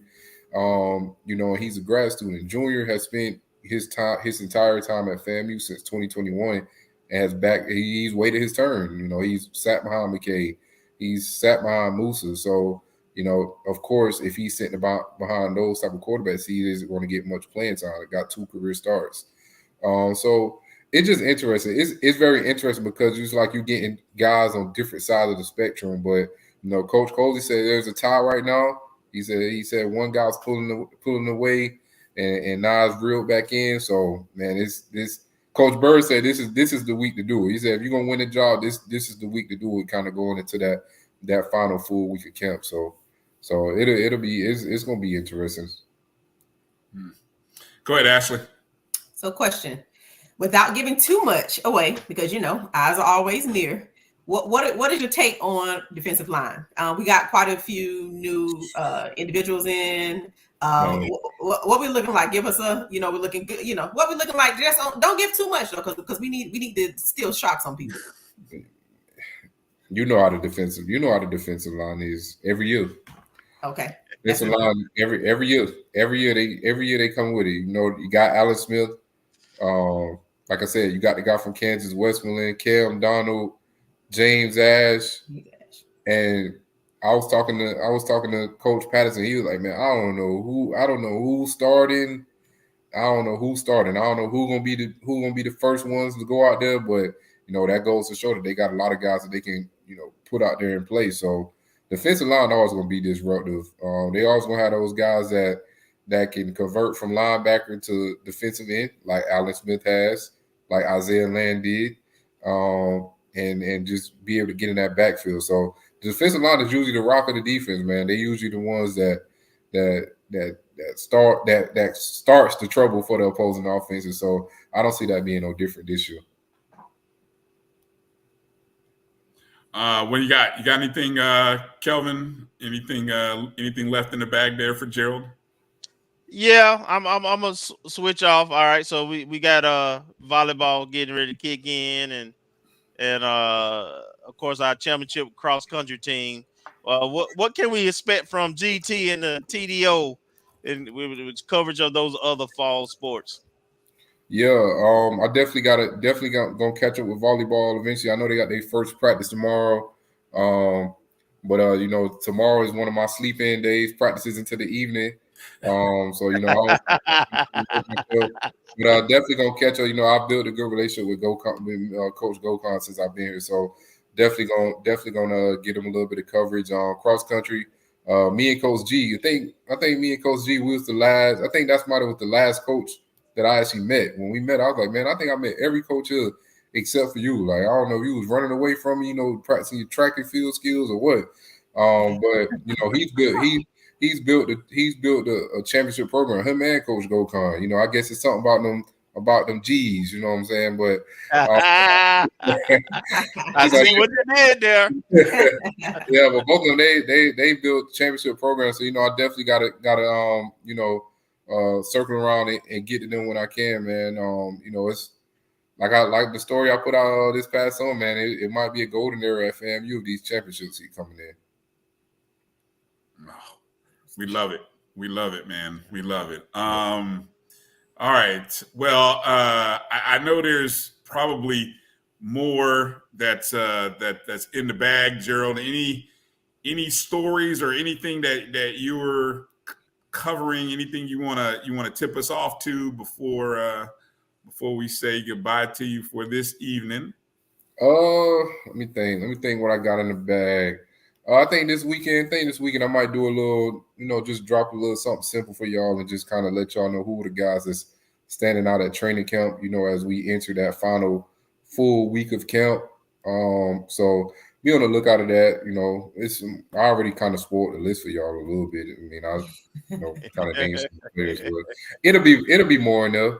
So that'll be some. Look out for that. It'll probably sometime this weekend, maybe Saturday, Sunday, or something like that. But yeah, so that's the main thing. Just going through camp, man. Just going through camp, trying to get through it, trying to make it to August 24th. So yeah, just be on the lookout. I appreciate everybody, for the support. If anybody want any quarterback updates, I got a story that came out today. It's on my Twitter, or you can just go search my name on Tallahassee Democrat website. So I appreciate everybody for the support, and y'all can have me on the show at any time. All right, hold on. Got a question here for you, but go ahead, Kelvin. Ask that question and then come back to me. Okay. What's the wide receivers? See, y'all trying to get me to spoil the list, man. Too much. Yeah. Giving out too much. Huh? Y'all trying to get me to spoil the list. Let me rephrase it. Give us one. Give us an underrated receiver, somebody that has kind of surprised you. I've heard good things about Jalen Ward from Middle Tennessee State. Okay. And then, Coach AC already said it earlier. Jamari Gassett too. Oh yeah, I love that. Was a great story for anybody who didn't catch the 220 Club. You were probably there, Gerald, but I think that's when I tuned in. I think somebody had asked him about Jamari, and look, I'm gonna tell you to go listen to it. I'm not even gonna tell you about it. I'm gonna send some pub to our friends in the 220 Club. Go check it out. I know we've retweeted it. You can find it on YouTube. Just type in Eddie Jackson 220 Club. Coach AC gave a great analogy story about the growth of Jamari Gassett. I thought it was great. It was awesome. So, and the thing is about Jamari. I talked to Jamari over during the spring. I haven't gotten to the receivers yet, but I got to try to get to them before camp. And Jamari, when I remember Jamari when he first got to FAMU last year, he was just always hyped up. Like Coach AC said, he'll be dancing, he'll be on the sideline dancing. And I know he probably still got a little bit in him. But he said last season was very humbling for him, because he kind of had to get in where he fit in as he sat behind K. There was a lot of depth. There was a lot of depth in front of him last year. Exactly. But then also I like, man, you still had like a solid year. Like, you scored a few touchdowns, had about a quarter century of catches, a little 300 yards. So, he still played a pivotal role, but I know he's probably used to being the guy, so I'm excited to see how he doing in that role. He's one of those Coach Simmons leftover receivers that's short and speedy. But so I look forward to see what Jamari do this year, man. That's one of my favorite guys on the team. All right, go ahead, Kelvin. I was just going to ask how class is going, man. Hey, man, class is going good. Some messages ended. December 13th, man. Graduation, 6 p.m. Everybody invited. Yes, sir. Does that mean it's no more Gerald? You gonna leave us in December? We can't get no more coverage. Why you gonna put a man on? I'm sorry. I asked you offline. Don't answer. I gotta speak with my agent. We love your coverage. You do such an amazing job covering it. We love what you bring to the table. Appreciate you. I love covering it too. Gerald said, "Bring me my money." Hey, it's all good, man. It's all good. We understand. All right. Gerald, I think I'm not going. I know a couple other people had dropped some questions. I'll take any questions. All right. Hold on. Jimmy Mack just asked, was there an injury today or yesterday? What's this about the latest on the wide receiver that had a knee injury? Don't do it, Gerald. Don't do it. Yeah, I'm about to say, one, I'm not sure. Two, if I did know, I still probably won't be able to say nothing. Y'all trying see, y'all like my coverage. Y'all you trying to just said, look, I tried to get you out, Gerald, but then you said, come on. All right, I can't answer injury questions, schematics, nothing like that. And quarterback. Don't ask Gerald about injuries, schematics, or quarterbacks. Y'all gonna get me banned from practice. Right. Cozy gonna call me live while I'm on the show. Hey, don't worry about coming out tomorrow. You be out there behind the fence like that guy that apparently was out there. What's the story with that? I mean, what happened there? I don't know. I wasn't out there for the scrimmage. We just did a Zoom call afterwards. Those was one of the closed practices, so we wasn't actually out there on the scrimmage. So I don't know who was out there recording. I don't know who's out there recording, but people find ways to sneak in and try to do little slick stuff sometimes. I'm surprised. I didn't expect for us to get for that to happen, but I guess Yeah, HBCU national champions is trying to. We at the top, huh? Somebody got to come try to check us out. Hey, Gerald, What's have up? you had a chance to have you paid any attention to the SWAC predictions and who's East West? You got any thoughts on any of that stuff?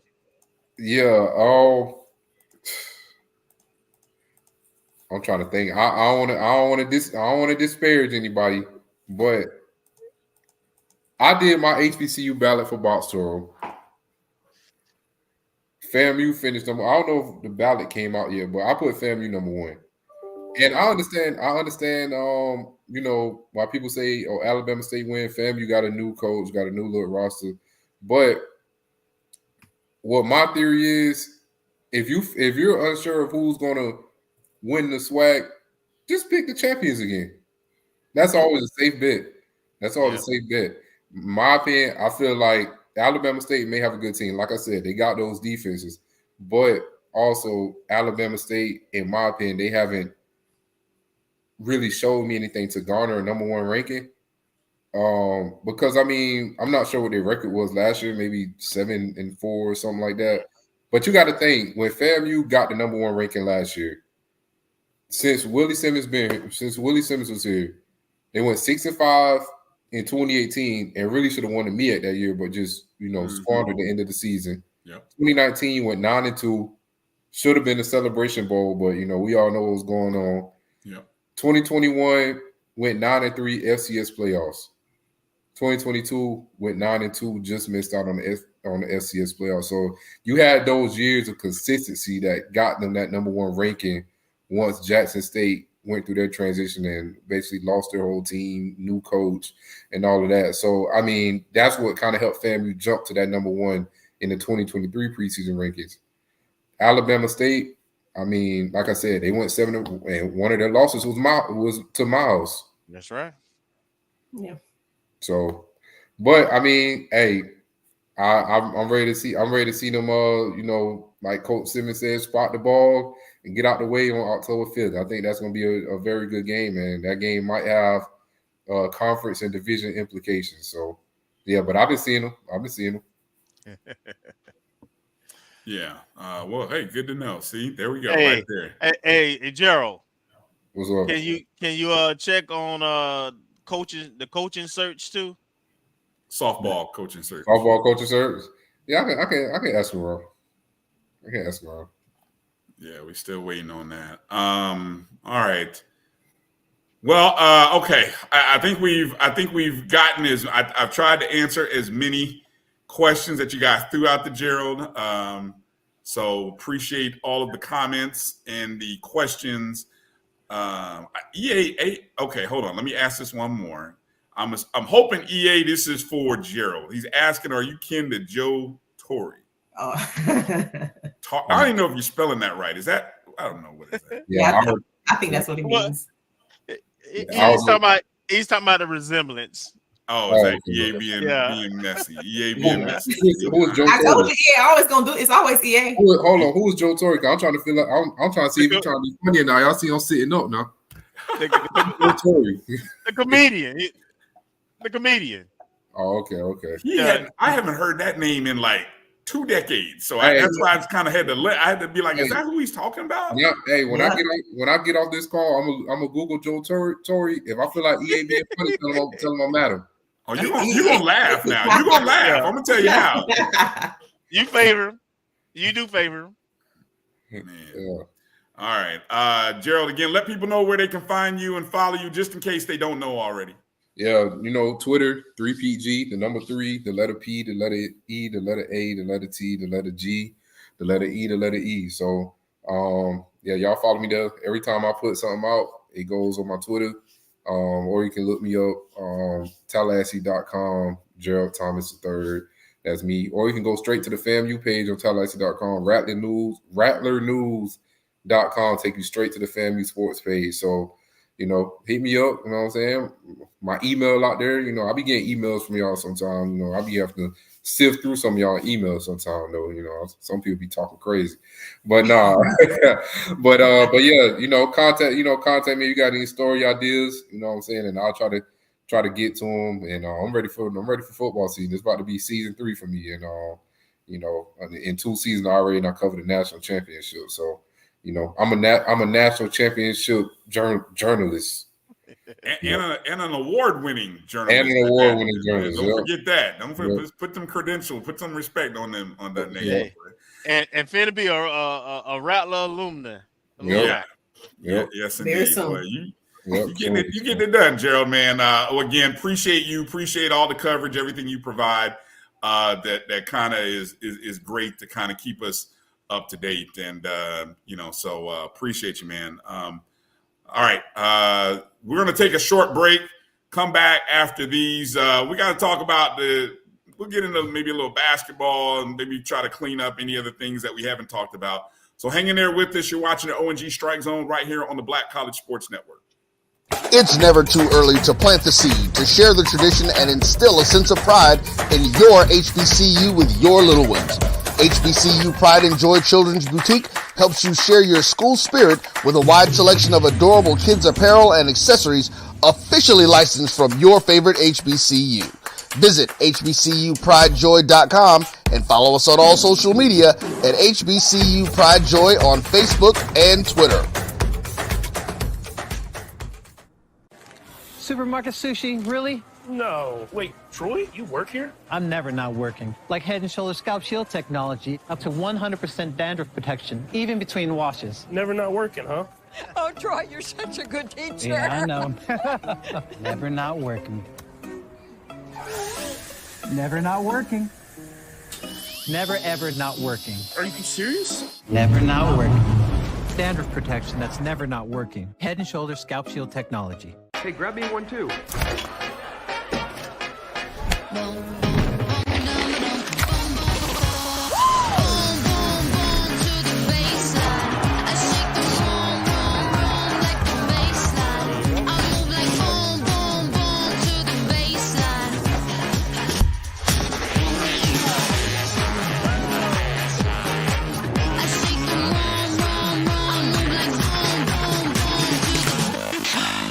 Charmin Ultra Soft has so much cushiony softness, it's hard for your family to remember. They can use less.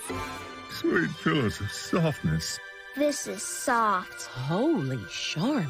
Oh, excuse me. Roll it back, everybody. Sorry. Charmin Ultra Soft is so cushiony soft, you'll want more. But it's so absorbent, you can use less. So it's always worth it. Now, what did we learn about using less? You gotta roll it back, everybody. We all go. Why not enjoy the go with Charmin? This is the Dean of the College of HBCU Sports, Kenyatta Cavill of Dr. Cavill's Inside the HBCU Sports Lab with Mike Washington and Charles Bishop. Come mix it up in the lab where the course lecture is in session every Tuesday from 6 o'clock p.m. Central Standard Time on Facebook Live, YouTube Spreaker, or the BCSN app, as we discuss all things about the HBCU sports culture, including exploring the week that was in the sporting HBCU diaspora, as well as the upcoming week of HBCU sports. With me, the Dean, the College of HBCU Sports, on Dr. Cavill's Inside the HBCU Sports Lab with Mike Washington and Charles Bishop. Course lecture dismissed.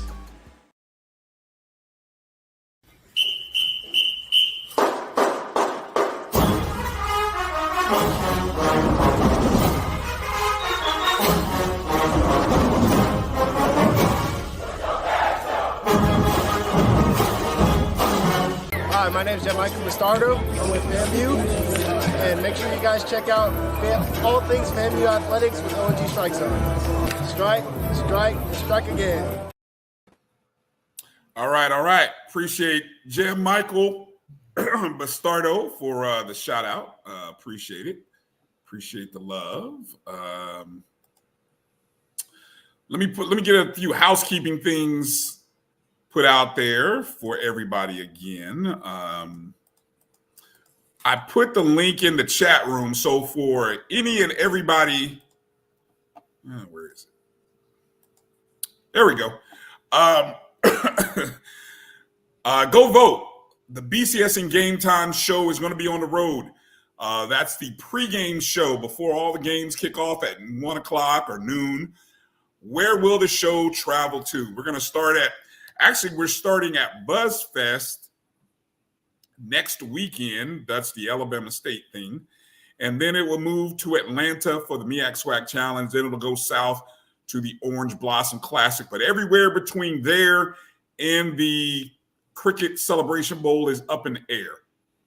And so we are asking for you to participate. So I'd really love the family to go in and vote. I put the link out there, but there is the link right there, mybcsn.net/watch/polls.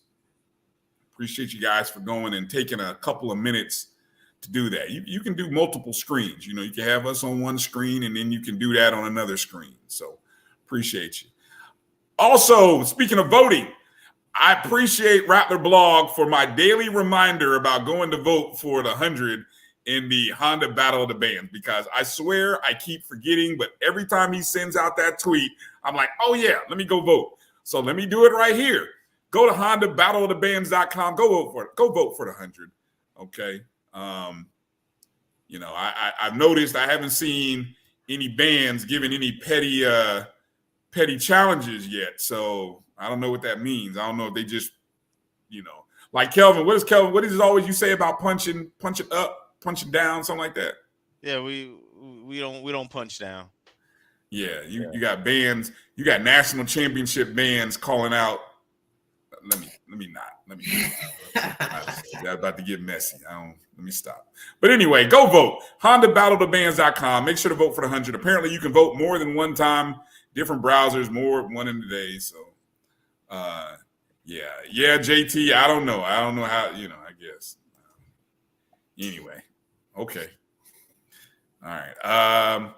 FAMU Day, excuse me, is happening Saturday, August 17th. That's 10 days away. That's a week from Saturday. So, yeah. Mm-hmm.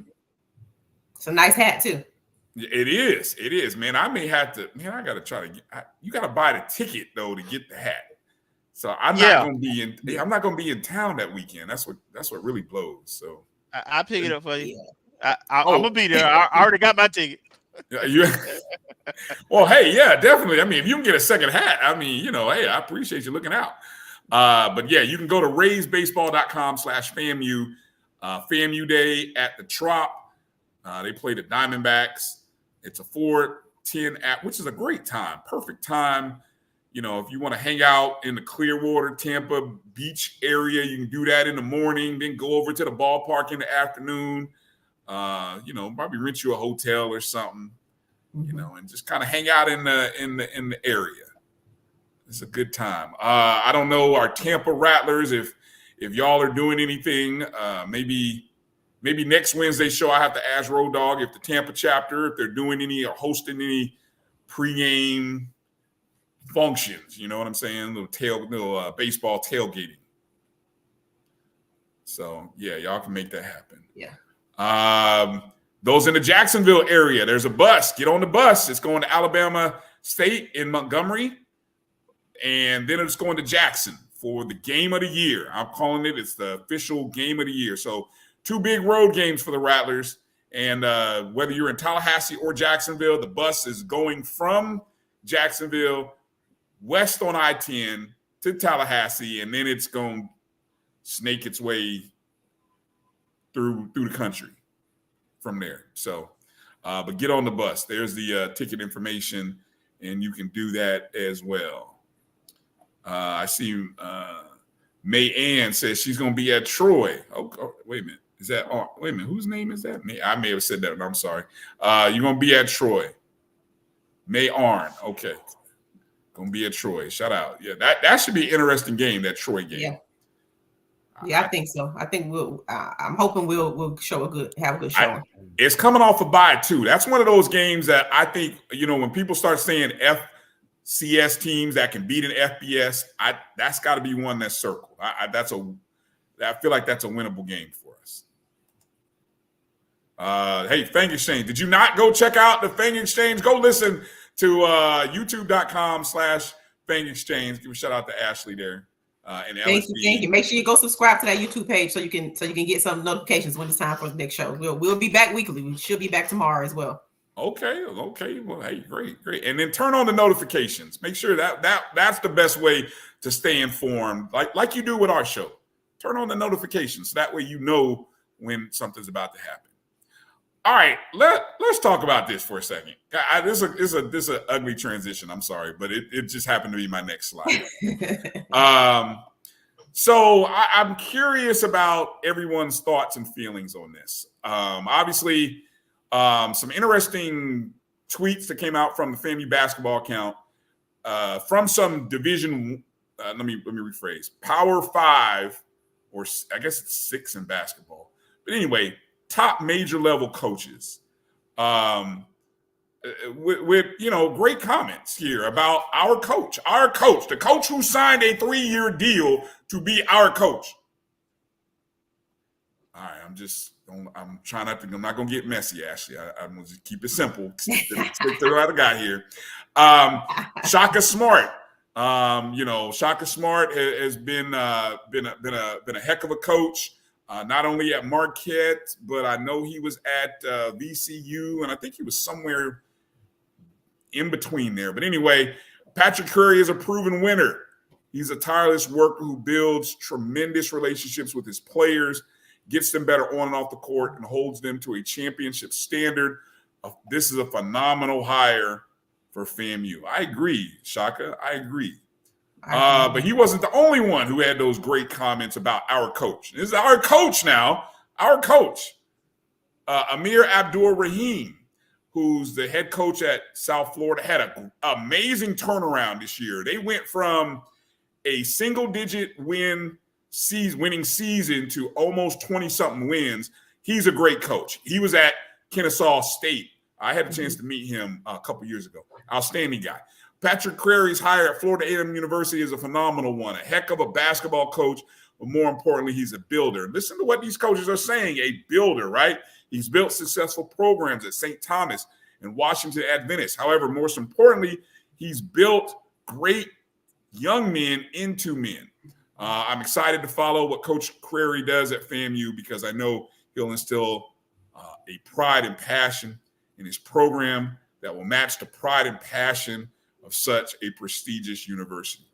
Florida A&M University is in great hands. You hear that, trustees? Where's that last sentence? Let me read that again. Florida A&M University is in great hands. So I show all that, Kelvin. This is coming from either the athletics and or basketball accounts. Do you feel any kind of way about, are these just validation tweets, messages? Do you feel like it's needed? What's your take on these affirmations of our coach? Well, I mean, it's a good sign that people who are professionals, who are successful professionals, know our coach name and willing to put their name on his name. Unfortunately, there were some remarks that were made by a trustee that was out of bounds. It was out of bounds and unnecessary and unprofessional. And so I get why, you got to promote yourself. And at the end of the day, he only has a contract right now. I'm hopeful that with the new AD and with input from Rattler Nation and the AD that we will get it done and we'll do right by him. You gotta make a 3-year commitment and give the guy an opportunity to he's got some of his players in, but it takes time to build a successful program and win. And the women's coach, she has a much higher year deal, and that's the industry standard. So all this foolishness we got to get rid of. We got to just go back to doing things professionally and what is the industry standard. Yes. And so hopefully we'll get that done. But yeah, the fact that coaches like that know our coach, that he's known, and that just says that do say something. It's a statement. You didn't have guys saying that about Coach McCullough. And that's my guy. I love Coach now. But I'm just saying. I'm You just ain't gonna get saying. that. You ain't gonna get that Christmas gift, Kelvin. See that Hey, bottle. You gonna miss that bottle this Christmas. hey, keep it 100. Ashley, anything you want to add in there? Anything you want to add? I have a lot of thoughts. I do think that we have to be, as a university, we have to be careful. We have to be really careful about the climate that we're in, as it pertains to NIL. Bigger than the market is the market, right? No matter what place you work in, there's a market, and there's a minimum and a maximum and a range of where you should be.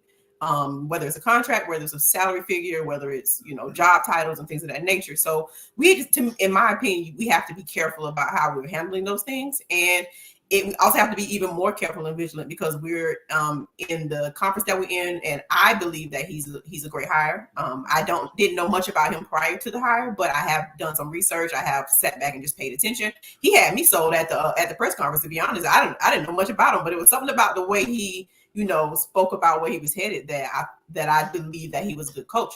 So as those who have the fiduciary responsibility to make sure that FAMU moves forward, and that includes athletics, we have to be careful. Like we can't, get into a space where we're not up to the standard of what is expected in our space, in our market.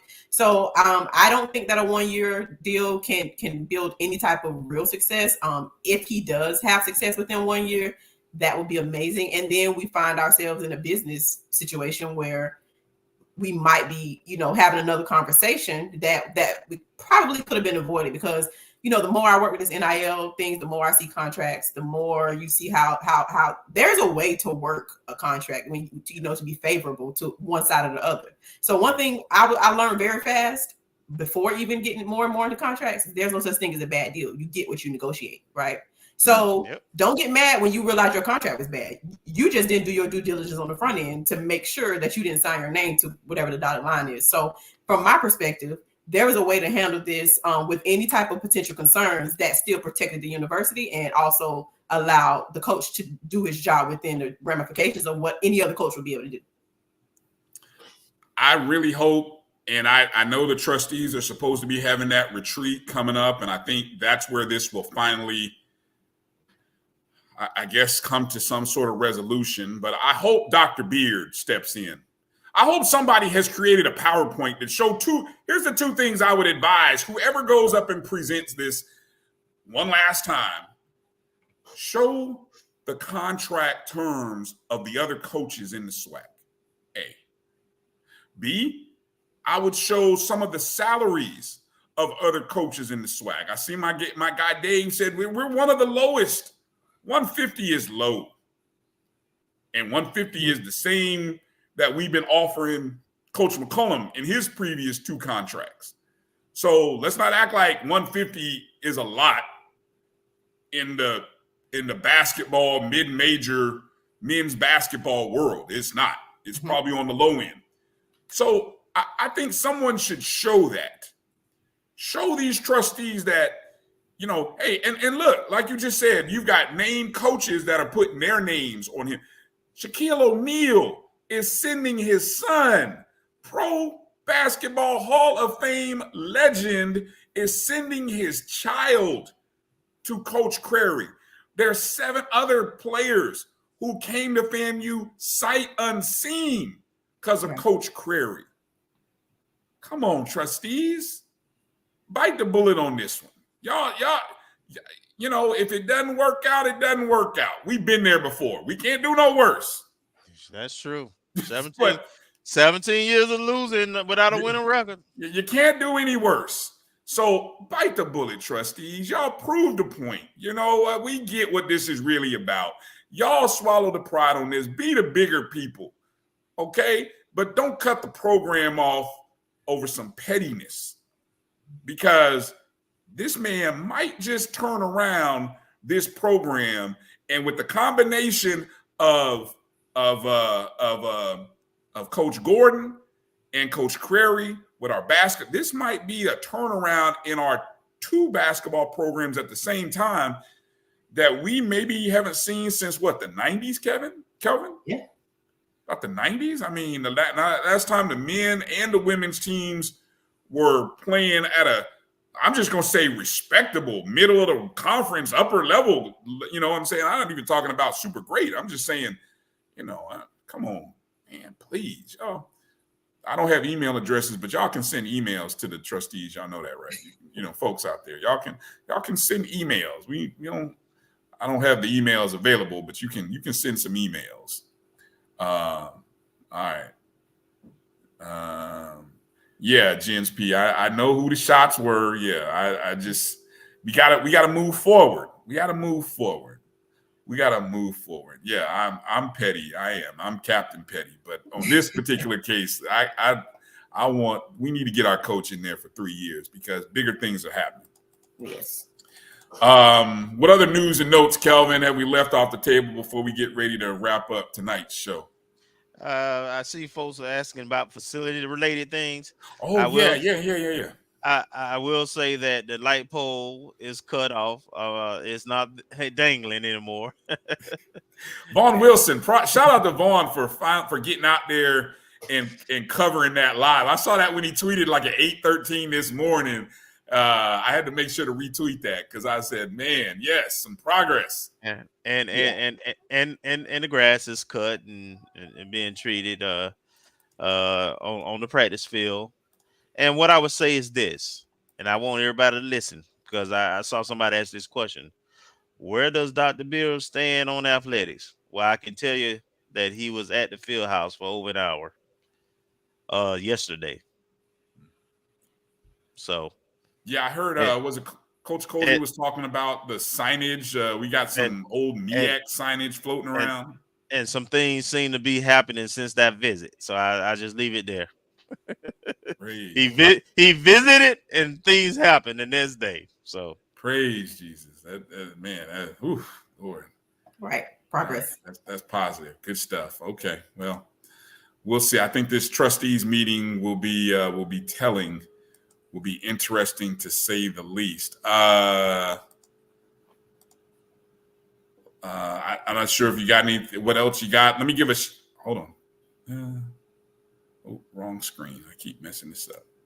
All right, let me give a shout out to the most recent graduates, our student athletes. 22 celebrated their graduation from Florida A&M over the summer, or from the summer session. So that was just this past Saturday. Some notable, you got names from baseball: Jacob Granger, Jalen Niles, Joseph Pierini, Cam Kelly, Logan Sharpton, Dallas Tees, Jarrett Townsend. Men's basketball. Look, I told you guys previously, right? There was a reason why the rosters, I know a lot of people said, why do we only have 11 people? Well, because there was a handful of guys that were still on scholarship, finishing out their graduation, and 4 of those guys are walking. Chase Bars, Love Bettis, Shannon Grant, Keith Lamar. So the opportunity was presented to them to keep their scholarship, even though they were in the transfer portal. They were gone. Bye. But hey, I'm gonna graduate from FAMU. Yes. So see, for those who said Coach Crary cut everybody, but anyway, congratulations to those guys. Football, Robert Glanton, Lovey Jenkins, Benjamin Onwuzu from football, men's track and field, women's tennis, women's track and field. Our girl, Brianna Brown Marshall, congratulations. And volleyball, Camila De La Rosa, Emerald Jacobs. So all in all, 22 student athletes. Congratulations to the newest group of Rattlers. Make sure they get signed up. Ashley, what would you say to young new graduates about NIL and maybe being a part of the collective? Any sales pitches that you would give them? As a new graduate, it could be hard to just jump in and start. You're learning how to pay your bills potentially. You're potentially getting out into the real world. You may or may not have a job lined up in your industry. You may just be trying to find yourself, because college is an incubator of protection in a sense, especially if you have a supportive base around you that kind of allows you to have an extension of living at home or living maybe, the high school life. So that transition from being a college student to being a graduate who hopefully has an opportunity to intern or have a job or have or even go out and return back to school and get a graduate degree of some sort. Consider that it may be hard to give up a few dollars, or you may think it may be hard to give a few dollars. But one thing about the Fang Exchange is that from a inclusion standpoint, we purposely made packages that we consider to be affordable yet reasonable to every type of person, you know, that loves FAMU, that loves sports. So the minimum package is $10 a month, and I'm pretty sure you can find $10 in quarters in your car right now. just because $10 really doesn't go a long way anymore. So the value, you know, has diminished. $5 was the go-to amount for gas, you know, at one point. Now $5 won't get you down the street even. So to me, my appeal is to consider what it is that's important to you. Consider your university, consider in the ways you're going to be, you're now a young alumni. There are other ways that you can give to support FAMU, but keep in mind that we have athletics that help promote and push up the appearance of the university. Football, basketball, a good football program, a good basketball program, a good golf and tennis and volleyball and all the different sports, track that we have. Consider that and your contribution to helping bring in those athletes and allow them to use their name, image, and likeness will go a long way, even if it's that $10 a month. And if you just, you know, balling out of control because maybe you went and found an amazing job when you got out, or you have some support of some sort, gonna take it up a notch and do that $25 a month or that $15 or that $100 a month. So the point of the matter is get in where you fit in. And if you're new and you can't afford it, or you feel like you can't afford it, we got to start learning how to budget anyway, right? I'm a finance person too, so I start throwing in some finance stuff in there. Let's learn how to budget. $10 won't hurt you, and you'll get some things in exchange for your money. Great stuff. Kelvin, EA's got a question for you. Was Dr. Beard by himself or with someone? I know what that question is. EA, you always being messy. Messy. I'm trying to tell y'all, be aware of EA. I keep falling into it. Doggone. See, sometimes, see what happened is he distracted me with another question, and I don't be. Damn you, EA, stop it. Hey, I got an answer. I won't answer it. And that should answer your question. Yeah, you messy. What is this, Keith? What is Keith asking here? Does the program allow for an individual or single donation? That's Ashley. Okay. Yes, if you're referring to the Fang Exchange program, when you go on the website, you go to support and you go and you click on it. They'll say membership. It'll also say one-time donation. You can make that donation $5 if you chose to. $2 if you chose to, and I can assure you we won't turn it away. 1887, like you guys said during the show. 1887 is a perfect number for that one-time donation. So yes, you can do a one-time donation if you're not comfortable with a monthly membership. And from there, you know, just build on it. Do it as often as you can. See, that's Ashley. Look, Ashley, she going places, folks. Y'all keep an eye out on Ashley. The next 10 years. We all got a position. We just doing our good work. Hey, everybody. Hey, we got people trying to replace Marcus with her and everything. Yeah, man. No, I'm not taking Marcus spot either. You know, Marcus. You know, I had a conversation with Marcus. I'm like, no, I can't come in and snatch him up like that. No. Oh man, I have a good thing going. I just came in to help Marcus out a little bit. Oh my goodness, y'all good stuff. Let me see. Anything else? I already talked about the basketball media day moving to Atlanta. I already mentioned that. The basketball mid-sweat basketball tournament moving to Atlanta also. Can you imagine having a great women's basketball in Atlanta and men's in Atlanta? We already, you know, overpowered. Oh, right. Tournament, the postseason tournament. Can you imagine having a tournament there, and we can go in there like the way we swarmed into the Celebration Bowl just for basketball? Imagine that. Yeah. Imagine that, man. I tell you, I'm ready. Imagine that. We already mentioned volleyball starts. The season begins. Practice begins tomorrow. Tomorrow, right?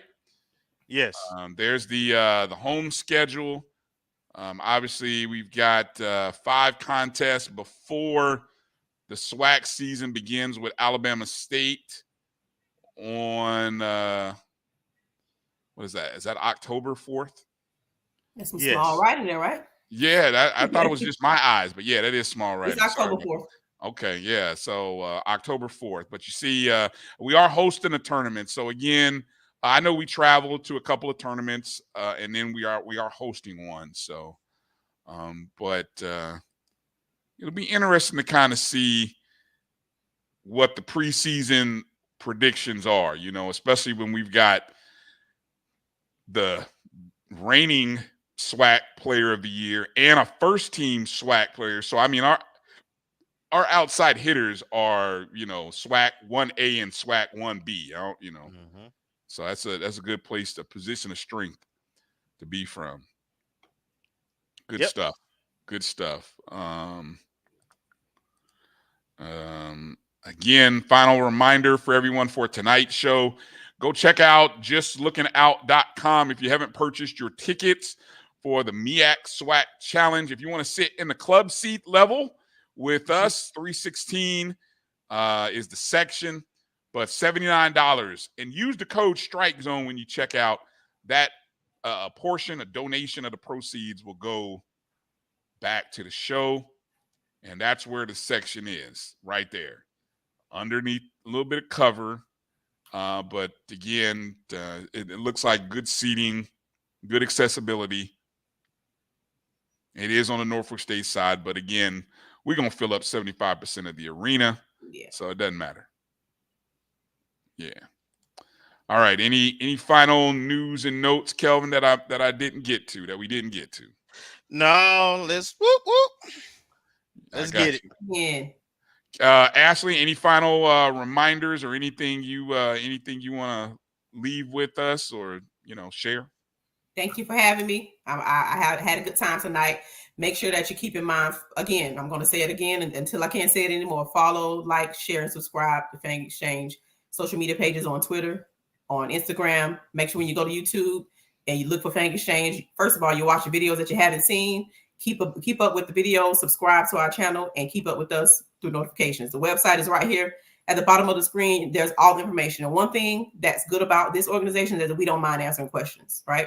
So any question you have, anything you need, I'm available. I'm accessible. Our team is available and accessible, and I have no reason to not answer your question to the best of my ability. So if you need more information, don't feel afraid to ask. Right. We got to find a way to get you on the. We'll get your shows streaming on the Black College Sports Network as well. Yeah. I know let's talk about it. I saw that remark at the bottom of the page. Yeah, that was our CEO, Roy Evans. Roy's a rattler, so he's definitely down to support. So anything we can do to help to grow and make people aware. And it's good that you're starting to see more programs or more alumni groups doing this NIL collectives and being a part of this process, because this is what we have to do. Yeah. We have to be a part of this now. Yep.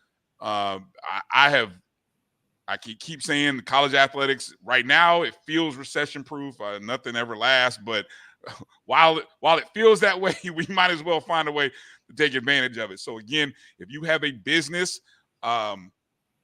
contact Ashley and her team, or the team that she works with at fangexchange.com. You may have a business. You may be the business owner. Right. This is a great opportunity for your business to get involved in supporting FAMU athletics and these young people who wear the letters FAMU so proudly on their chest and on their back. And man, they go out and make Kelvin, show that hat again. The reason why Kelvin can rock that hat and be who he is because our student athletes get the job done out on the courts and on the fields. And so when we brag different, it's because we have great student athletes and outstanding coaches and support staff that love these. They love on these young people, man, and that so many of these young people need that.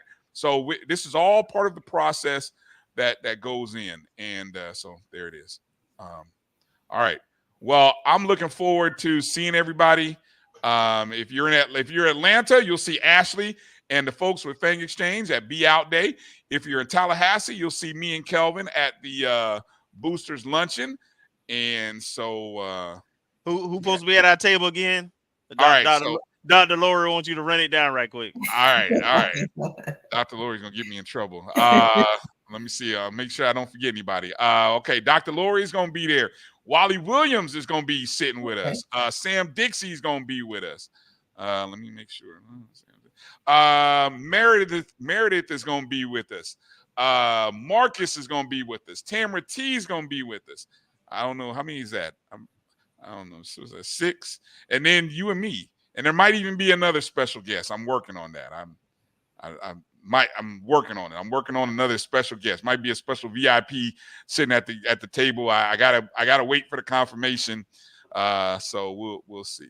Let me see. Sweet ask, where can we get the shirt? He must be talking about this. Save the swag. Save the swag shirt. Oh man, what? Somebody give me the merch site. I believe, was it Merch Pack or was it? Yeah, and Merch Pack is usually in the chats. Normally, I haven't seen the Twitter handle, and I know there's still some shirts available because we asked that question the other day. Oh, I'm so sorry, I don't know. Let me see. If Keith is in the room, Fangs Up podcast. If Keith is in there, maybe Keith knows. We can post it later. Yeah, we'll post it later. If I come across it, we'll let you know. So Sweet. Oh yeah, Earl. Yeah, Earl. I don't know Earl. I don't think Earl's in the chat room. And we didn't get our report from the alumni thing that's going on. I know that was going on as well. So maybe next week we'll have some information to share about that. But yeah, Sweet. I don't know if you have if you follow Earl on social, or make sure to follow the show. If you probably already are, Sweet. Follow us on Twitter, X, Instagram, Facebook. I'll make sure to tweet out no, I don't think it's at the FAMU bookstore, Russell. Sorry. It's not a FAMU bookstore. There's some good stuff at the FAMU bookstore, but not this shirt, and definitely not this hat. These are, but I mean, I did get it from licensed vendors though, quietly. So gotta make sure you got some licensed vendors, boy. Yeah. You're gonna be out here in these streets rocking unapproved gear. You get called out. Same way y'all be calling me out for my earrings and my hot takes. Y'all gonna be calling me out for supporting unlicensed merchandise. I know how y'all are out there. Yeah. All right, it's time to go. Thank you, Rattler Nation, for everything. Thank you for supporting the show. Thank you for watching the show. And remember, it's all about FAMU. It's all love from our hearts because we love FAMU. And yeah, we brag different, but it's all because we love Florida Agricultural and Mechanical University. Be well, everybody. Be safe. See you this weekend in Tallahassee, or Ashley will see you in Atlanta. Rattlers, make sure you strike, and strike again wherever you are. And good night.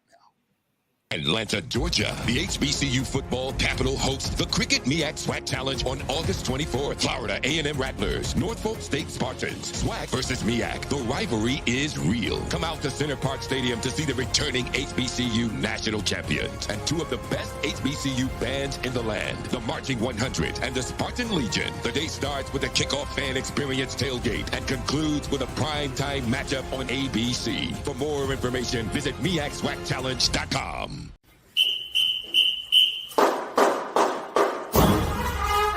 Thank you.